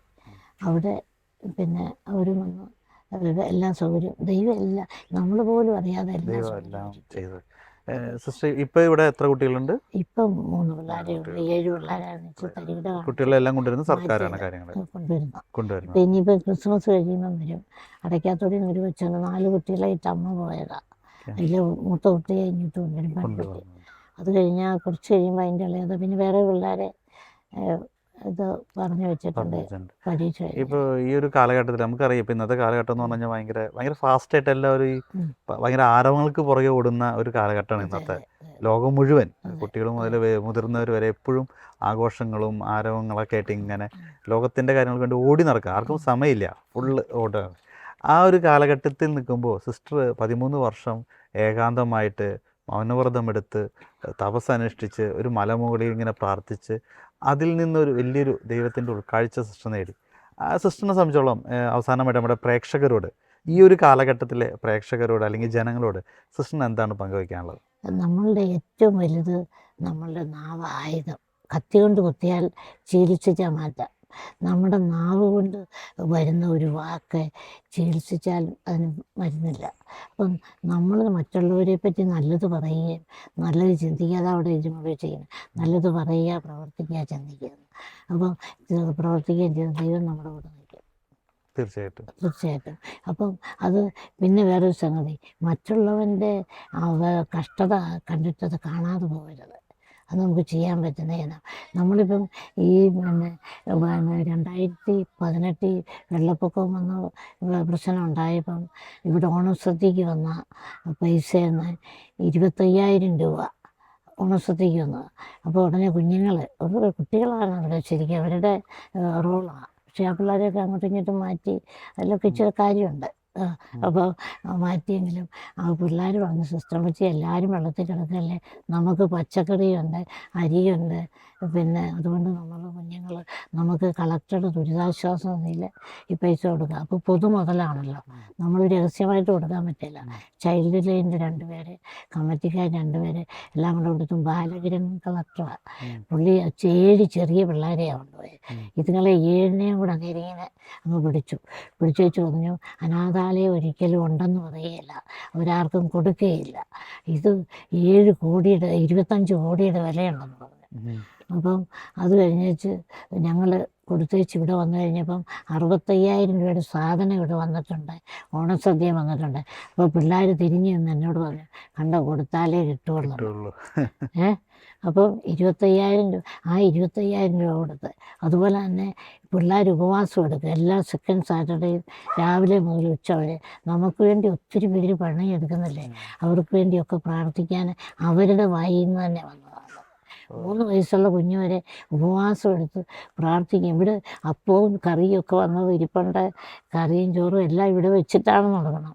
ഉപ്പിട്ട് കഞ്ഞിയെല്ലാം കൊടുത്ത് അതിന് അവർക്ക് ഞാൻ 1000 രൂപ കൊടുക്കണം. 1000 രൂപ അവരുടെ കണക്കിലാണ്. അങ്ങനെ ആയിട്ട് പിന്നെ വീടില്ലാത്തവർക്ക് വീട് വെക്കാൻ 5,000 ആകുമ്പോൾ ഇവർ കൊടുക്കും. അങ്ങനെ മണത്തനെ സ്കൂളിൽ ഒരു കൊച്ചിന് വീടുണ്ടാക്കാൻ വേണ്ടി പൈസ കൊടുത്തിട്ട് പിന്നെ താക്കോല് മേടിക്കാൻ Sunny Joseph MLA MLA. വന്നപ്പോഴത്തേക്കിന് MLA പറഞ്ഞു, ശിശുഭവനിലെ പിള്ളേർ ആദ്യം പൈസ തന്നിരിക്കുന്നത്, അവരും ഞാനും കൂടെ താക്കോല് കൊടുക്കുന്നത്, അതുകൊണ്ട് അവരെ കൊണ്ടുവരണമെന്ന് പറഞ്ഞു. അങ്ങനെ നിർബന്ധപൂർവ്വം ഇവിടുന്ന് അവരെ കൊണ്ടുപോയി അവരും ഇതും കൂടെ കൊടുത്തു. അപ്പോൾ ഇവരെ സംബന്ധിച്ച് ഇവിടെ നമ്മൾ ഒരു വർഷം 1.5-2 ലക്ഷം രൂപയോളം മറ്റുള്ളവർ സഹായം തന്നിട്ടാകട്ടോ പിന്നെ പാവങ്ങൾക്ക് വേണ്ടി പുറമേ ചെയ്യാൻ സഹായിക്കുന്നുണ്ട്. പക്ഷേ ഇവിടെ ദൈവം ഇതെല്ലാം കുറവില്ലാതെ തരുന്നുണ്ട്. ദൈവത്തിൻ്റെ മാത്രം സംരക്ഷണം കൊണ്ട്. അപ്പോൾ നമ്മൾ പഠിച്ച ഒരു കാര്യം, തമ്പുരാൻ കൂടെ വന്നാൽ ഒന്നും പേടിക്കണ്ട. പക്ഷേ ഇതിനകത്ത് നമുക്ക് മുള്ളുകളും വിഷമങ്ങളും വരും. പക്ഷേ നമ്മുടെ ഉള്ളിൽ അപ്പം കിടക്കുന്നത് ആ വിശ്വകുർബാന സ്വീകരിച്ചപ്പം ആ സഹനത്തിൻ്റെ പാതയിലൂടെ കടന്നുപോയ ആ ഒരു വലിയ ഇതാണ്. പിന്നെ നമ്മളുടെ ഗ്രാൻഡ് പേരൻസ് ഒത്തിരി വിശ്വാസത്തിൽ മക്കളെ വളർത്തുമായിരുന്നു. കാരണം പ്രാർത്ഥിക്കുന്ന രൂപത്തിൻ്റെ അവിടെ തന്നെ ഒരു ആണിയടിച്ച് ചീർക്കിൽ വളച്ച് കെട്ടി അവിടെ തൂക്കിയിട്ടുണ്ട്. അത് താഴെ ഇറങ്ങിയാൽ മുട്ടയെന്ന് താന്നിരുന്നാൽ അടി കിട്ടും. അപ്പോൾ അങ്ങനെ നമ്മൾക്ക് ആ കൊച്ചിലേ കിട്ടുന്ന, അതാണ് നമ്മളിവിടെ പിള്ളേരെ ശ്രദ്ധിക്കുന്നത്. കുഞ്ഞിലേ കിട്ടുന്ന ആ ഒരു ട്രെയിനിങ് നമ്മളുടെ ജീവിതത്തിൽ ഓരോ ആവശ്യങ്ങൾ വരുമ്പോൾ അത് ദൈവാനുഗ്രഹമായിട്ട് തീരും. തീർച്ചയായിട്ടും സിസ്റ്ററിന്റെ അനുഭവങ്ങൾ കേൾക്കുമ്പോൾ വലിയൊരു പ്രചോദനം ഉള്ളിൽ തോന്നുകയാണ്. 7 വയസ്സിൽ സിസ്റ്ററിന്റെ ഉള്ളിലേക്ക് കടന്നതാണ്. ത്യാഗത്തോടെ ഈശോയ്ക്ക് വേണ്ടി, മൂല്യത്തോടുകൂടി ഈശോയ്ക്ക് വേണ്ടി ജീവിക്കണം എന്നുള്ള ഒരു ആഗ്രഹം 7 വയസ്സിൽ തുടങ്ങി. ഇന്ന് അത് ജീവിതത്തിലൂടെ ഞാൻ ഈ കഴിഞ്ഞ വർഷം പ്രായം ഇത്രയായില്ലേ, 30 ദിവസം അടുപ്പിച്ച് ഉപവാസം എടുത്ത് വെയിലെനിക്ക് പറ്റിയായിരുന്നല്ലേ, പണിക്കാരോടുണ്ട്. ഞാൻ ആ വെയിലത്തിറങ്ങി തീ വിഴുങ്ങിയാണ് കൈപോയി. പെട്ടെന്ന് ഞാൻ തളർന്നു കിടന്നിട്ട് ഞാൻ പിറ്റേ ദിവസം എല്ലാവരും കൂടെ കുത്തിപ്പോക്കി 11 മണിക്ക് എന്നെ എഴുന്നേൽപ്പിച്ച് ഞാൻ എഴുന്നേൽക്കുന്നത്. ആ എഴുന്നേറ്റ് കഴിഞ്ഞ ഉടനെ ഇവർ ആശുപത്രി അവിടെ കൊണ്ടുപോയി. ഞാൻ പറഞ്ഞു എനിക്ക് ഹോമിയോ മതി, ജെയ്സോ ഡോക്ടർ അടുത്ത് പോയാൽ ജെയ്സോ ഡോക്ടർ പറഞ്ഞു, ദൈവമേ ഞാൻ തരികയല്ല മരുന്ന്, നാട്ടുകാരെന്നെ തല്ലിക്കൊല്ലും, സിസ്റ്ററുടെ ഈ അവസ്ഥ. കാരണം കംപ്ലീറ്റ് ഞാൻ ഇതായി. പക്ഷേ എൻ്റെ ഹോമിയോ മരുന്ന് കൊണ്ട് എൻ്റെ അത് പോയി. പിന്നെ അതുകൊണ്ട് പിന്നെ ഇവിടെ ഡോക്ടർക്ക് എനിക്ക് മരുന്ന് തരാം. പക്ഷേ പുള്ളി ഇവിടെ കൊണ്ടുതരും. നമ്മുടെ സച്ചിദാനന്ദ ഹോമിയോയിലെ ഡോക്ടർ ഇരുന്നതാണ്. പിന്നെ തന്നെയല്ല, നമ്മൾ അവിടെ ഒത്തിരി കൗൺസിലിംഗ് നടത്തി ഒത്തിരി പേരെ രക്ഷപ്പെടുത്താൻ പറ്റിയിരുന്നത്. അപ്പോൾ അതിന് ആണ് ഷാപ്പിൽ നിന്ന് ആളെ പിടിച്ചുകൊണ്ട് പോയാണ്ട് സൈക്കോളജി പഠിക്കാൻ ദൈവം എല്ലാം തമ്പുരാൻ ക്രമീകരിക്കുകയായിരുന്നു. ദൈവത്തിൻ്റെ ഒരു പദ്ധതി ഉണ്ടായിരുന്നു. ആ പദ്ധതി അനുസരിച്ച് ദൈവം വഴി നടക്കി ഇത്രത്തോളം. കാട്ടിൽ താമസിക്കുന്നു എന്നുള്ളതെന്ന് വെച്ചാൽ ആങ്ങളമാർ കൊണ്ടുപോയി 2 ദിവസം അടച്ചിട്ട് തന്നെ അമ്മാവന്മാർ അച്ഛന്മാർ തുടങ്ങോട്ട്. അതുകൊണ്ട് ഞാൻ എൻ്റെ വീട്ടിൽ ഒരിക്കലും ഒറ്റയ്ക്ക് പോകില്ല. കാട്ടിൽ താമസിക്കാൻ തുടങ്ങിയതിന് ശേഷമാണ് അവർ കൊണ്ട് അടച്ചിട്ട്. കാട്ടിൽ പോയി കിടക്കാം. കാരണം പിന്നെ കണ്ണൂരെന്ന് പറഞ്ഞാൽ അങ്ങോട്ടുള്ളവർക്ക് ഭയങ്കര പേടിയുള്ള സ്ഥലം കൂടിയായിരുന്നു. ഞങ്ങൾ മാടകശ്ശേരി അച്ഛൻ എൻ്റെ അമ്മച്ചിയുടെ കസിനാണ്. മാടകശ്ശേരി അച്ഛൻ മരിച്ചപ്പോൾ അറിഞ്ഞ് മൈത്രി ഭവനിൽ നിന്ന് ഞങ്ങൾ കുറേ പേരുണ്ട്, 10-18 പേരുണ്ട്. വണ്ടിക്ക് പോവുക, വഴി ചോദിച്ചപ്പോൾ അവിടെ നിന്നുണ്ട് ആൾക്കാർ വന്ന്, എടാ മാറുമെന്ന് പറ, KL 13 കണ്ണൂരിൻ്റെ വണ്ടിയുണ്ട്. അത്രയും പോലും മനുഷ്യർക്ക് പേടിയുള്ള നാട്ടിൽ വന്ന് ഇത്രത്തോളം, അത് മൃഗങ്ങളെ പോലും പേടിയുള്ള ഒരു സമയത്ത് ദൈവം ഒറ്റയ്ക്ക് ത്യാഗത്തിലൂടെ കൂടെ ഉണ്ടെങ്കിൽ നമുക്കൊന്നും പേടിക്കണ്ട. നമ്മൾ ഇപ്പോൾ ഇവിടെ ആണേലും ഇവിടെ മണ്ണിട്ടപ്പോൾ പ്രശ്നം, ഇഡ്ഡലി വെച്ചപ്പോൾ പ്രശ്നം ഒക്കെ ഒത്തിരി ഉണ്ടായി. കാരണം ആ സഹനം ഇല്ലാതെ നമ്മളൊന്നും, കുരിശില്ലാതെ കിരീടമില്ല എന്നുള്ള തീർച്ചയായിട്ടും എനിക്ക് അത് തന്നെയാണ് പ്രേക്ഷകരോട് പറയാനുള്ളത്. സിസ്റ്റർ ഒറ്റയ്ക്ക് ആ ഒരു കാലം ജീവിച്ചപ്പോൾ ആന ഫ്രണ്ടിൽ വന്ന് കാവൽ നിന്നു. സിസ്റ്റർ രാത്രി കാടിലൂടെ നടന്നു പോകുമ്പോൾ ചെന്നായ്ക്കൾ കൂടെ കൂട്ടിന് നടന്നു വന്നു. ഇതാണ് ദൈവത്തിൻ്റെ കരുതലും സ്നേഹവും. ആ ഒരു ദൈവം കരുതി തനിക്ക് വേണ്ടി പദ്ധതികൾ തയ്യാറാക്കി സിസ്റ്ററിനെ ഈ ഒരു 7-ാം വയസ്സിൽ സിസ്റ്ററിൻ്റെ ഉള്ളിലേക്ക് ആ ഒരു ചിന്ത കൊടുത്തു. തുടർന്ന് ദൈവം പരിപാലിച്ചു. ഇങ്ങനെ ഇപ്പോഴും പാവങ്ങൾക്ക് വേണ്ടി, കുട്ടികൾക്കൊക്കെ വേണ്ടി ത്യാഗമെടുത്തുകൊണ്ട് തന്നെ സിസ്റ്റർ ഒന്ന് ജീവിക്കുകയാണ്. സിസ്റ്ററിൻ്റെ അനുഭവമാണ് നമ്മൾ ഇത്ര നേരം കേട്ടത്. ഒരുപാട് നന്ദി സിസ്റ്റർ ഇത്ര നേരം പങ്കുവച്ചത്. തകർന്ന കുടുംബങ്ങളെ നമുക്ക് രക്ഷപ്പെടുത്താൻ പറ്റിയിട്ടുണ്ട്. കാരണം ഇവിടെ 3 കുഞ്ഞുങ്ങളെ അമ്മയും കൂടി വെട്ടിക്കൊല്ലാൻ ഓടിച്ചിട്ട് അവിടെ അഭയം കൊടുത്തു. നമ്മൾ താമസിച്ച് ഉറക്കം വിളിച്ച് നോക്കി, പക്ഷെ അവരെ യോജിപ്പിച്ച് വിട്ടു. പിന്നെ അങ്ങനെ ഒത്തിരി കുടുംബ പ്രശ്നം, 10-17 പേര് ആത്മഹത്യയിൽ നിന്ന് രക്ഷപ്പെടുത്താനും നമുക്ക് അതിലേക്ക് വരുമ്പോൾ നമുക്ക് ഫ്രീ ഇല്ല, സമയം ഫ്രീ ഇല്ല. അതുകൊണ്ട് ഇതെല്ലാം ദൈവത്തിൻ്റെ വലിയ ദൈവാനുഗ്രഹം ഉള്ളതുകൊണ്ടാണ്. പിന്നെ എല്ലാ സുഖസൗകര്യങ്ങളോടും കൂടി ഉള്ളതല്ല സന്യാസം. പിന്നെ ഇവരൊക്കെ എന്നെ പഴയ സാരി ഉടുക്കുമ്പോഴൊക്കെ അപ്പോൾ 18 വർഷമായ സാരിയൊക്കെ ഉണ്ട്. അപ്പം പറയും പുള്ളികൾക്ക് ഇത്രാച്ചനെ ഇപ്പോൾ പ്രസൻ്റ് ആക്കിയിരുന്നത് ഇത്രാച്ചൻ കോയമ്പത്തൂർ വെച്ച് 2 സാരി മേടിപ്പിച്ചു. എൻ്റെ കൂടെ വരുമ്പോഴത്തേക്കിന് മര്യാദയ്ക്ക് സാരി കൊടുത്തോണ്ടാവുള്ളൂ, കീറിയത് കൊടുത്തോണ്ട്. എന്തായാലും എനിക്ക് തോന്നുന്നത് നമ്മൾ ഈ ഒരു ക്രിസ്മസിന്റെ കാലഘട്ടത്തിലാണ് ക്രിസ്മസും ഇതാണ് പറഞ്ഞത്, ഒരു ദാരിദ്ര്യത്തിന്റെ അല്ലെങ്കിൽ പുൽക്കൂട്ടിൽ പറന്ന ഒരു ഉണ്ണിയുടെ ആ ഒരു ഓർമ്മ നമ്മൾ പുതുക്കുമ്പോൾ ഈ ഒരു ക്രിസ്മസ് കാലത്ത് പോകുമ്പോൾ തീർച്ചയായിട്ടും ദരിദ്രരോടൊപ്പം അവർക്ക് വേണ്ടി ജീവിക്കാൻ, അവരെ കരുതാൻ, ആരുമില്ലാത്ത അനാഥരായിട്ട് നിൽക്കുന്ന കുട്ടികളെയൊക്കെ ചേർത്ത് പിടിക്കാനൊക്കെ ആയിട്ട് ഈ ലോകത്തിന് സമയമുണ്ടാവണം, മനസ്സുണ്ടാവണം. അതാണ് ഇന്ന് സിസ്റ്ററിൻ്റെ ഈ ഒരു ജീവിതവും ഈ ഒരു സിസ്റ്റർ പറഞ്ഞ കാര്യങ്ങളുമെല്ലാം നമ്മളെ പ്രചോദിപ്പിക്കുന്നത്. ഒരുപാട് നന്ദി സിസ്റ്റർ, ഇത്ര നേരം ഞങ്ങളുമായി പങ്കുവച്ചതിന്, ഞങ്ങളുടെ പ്രേക്ഷകർക്ക് വലിയൊരു പ്രചോദനം നൽകിയതിന് ഒരുപാട് നന്ദി. Thank you sister.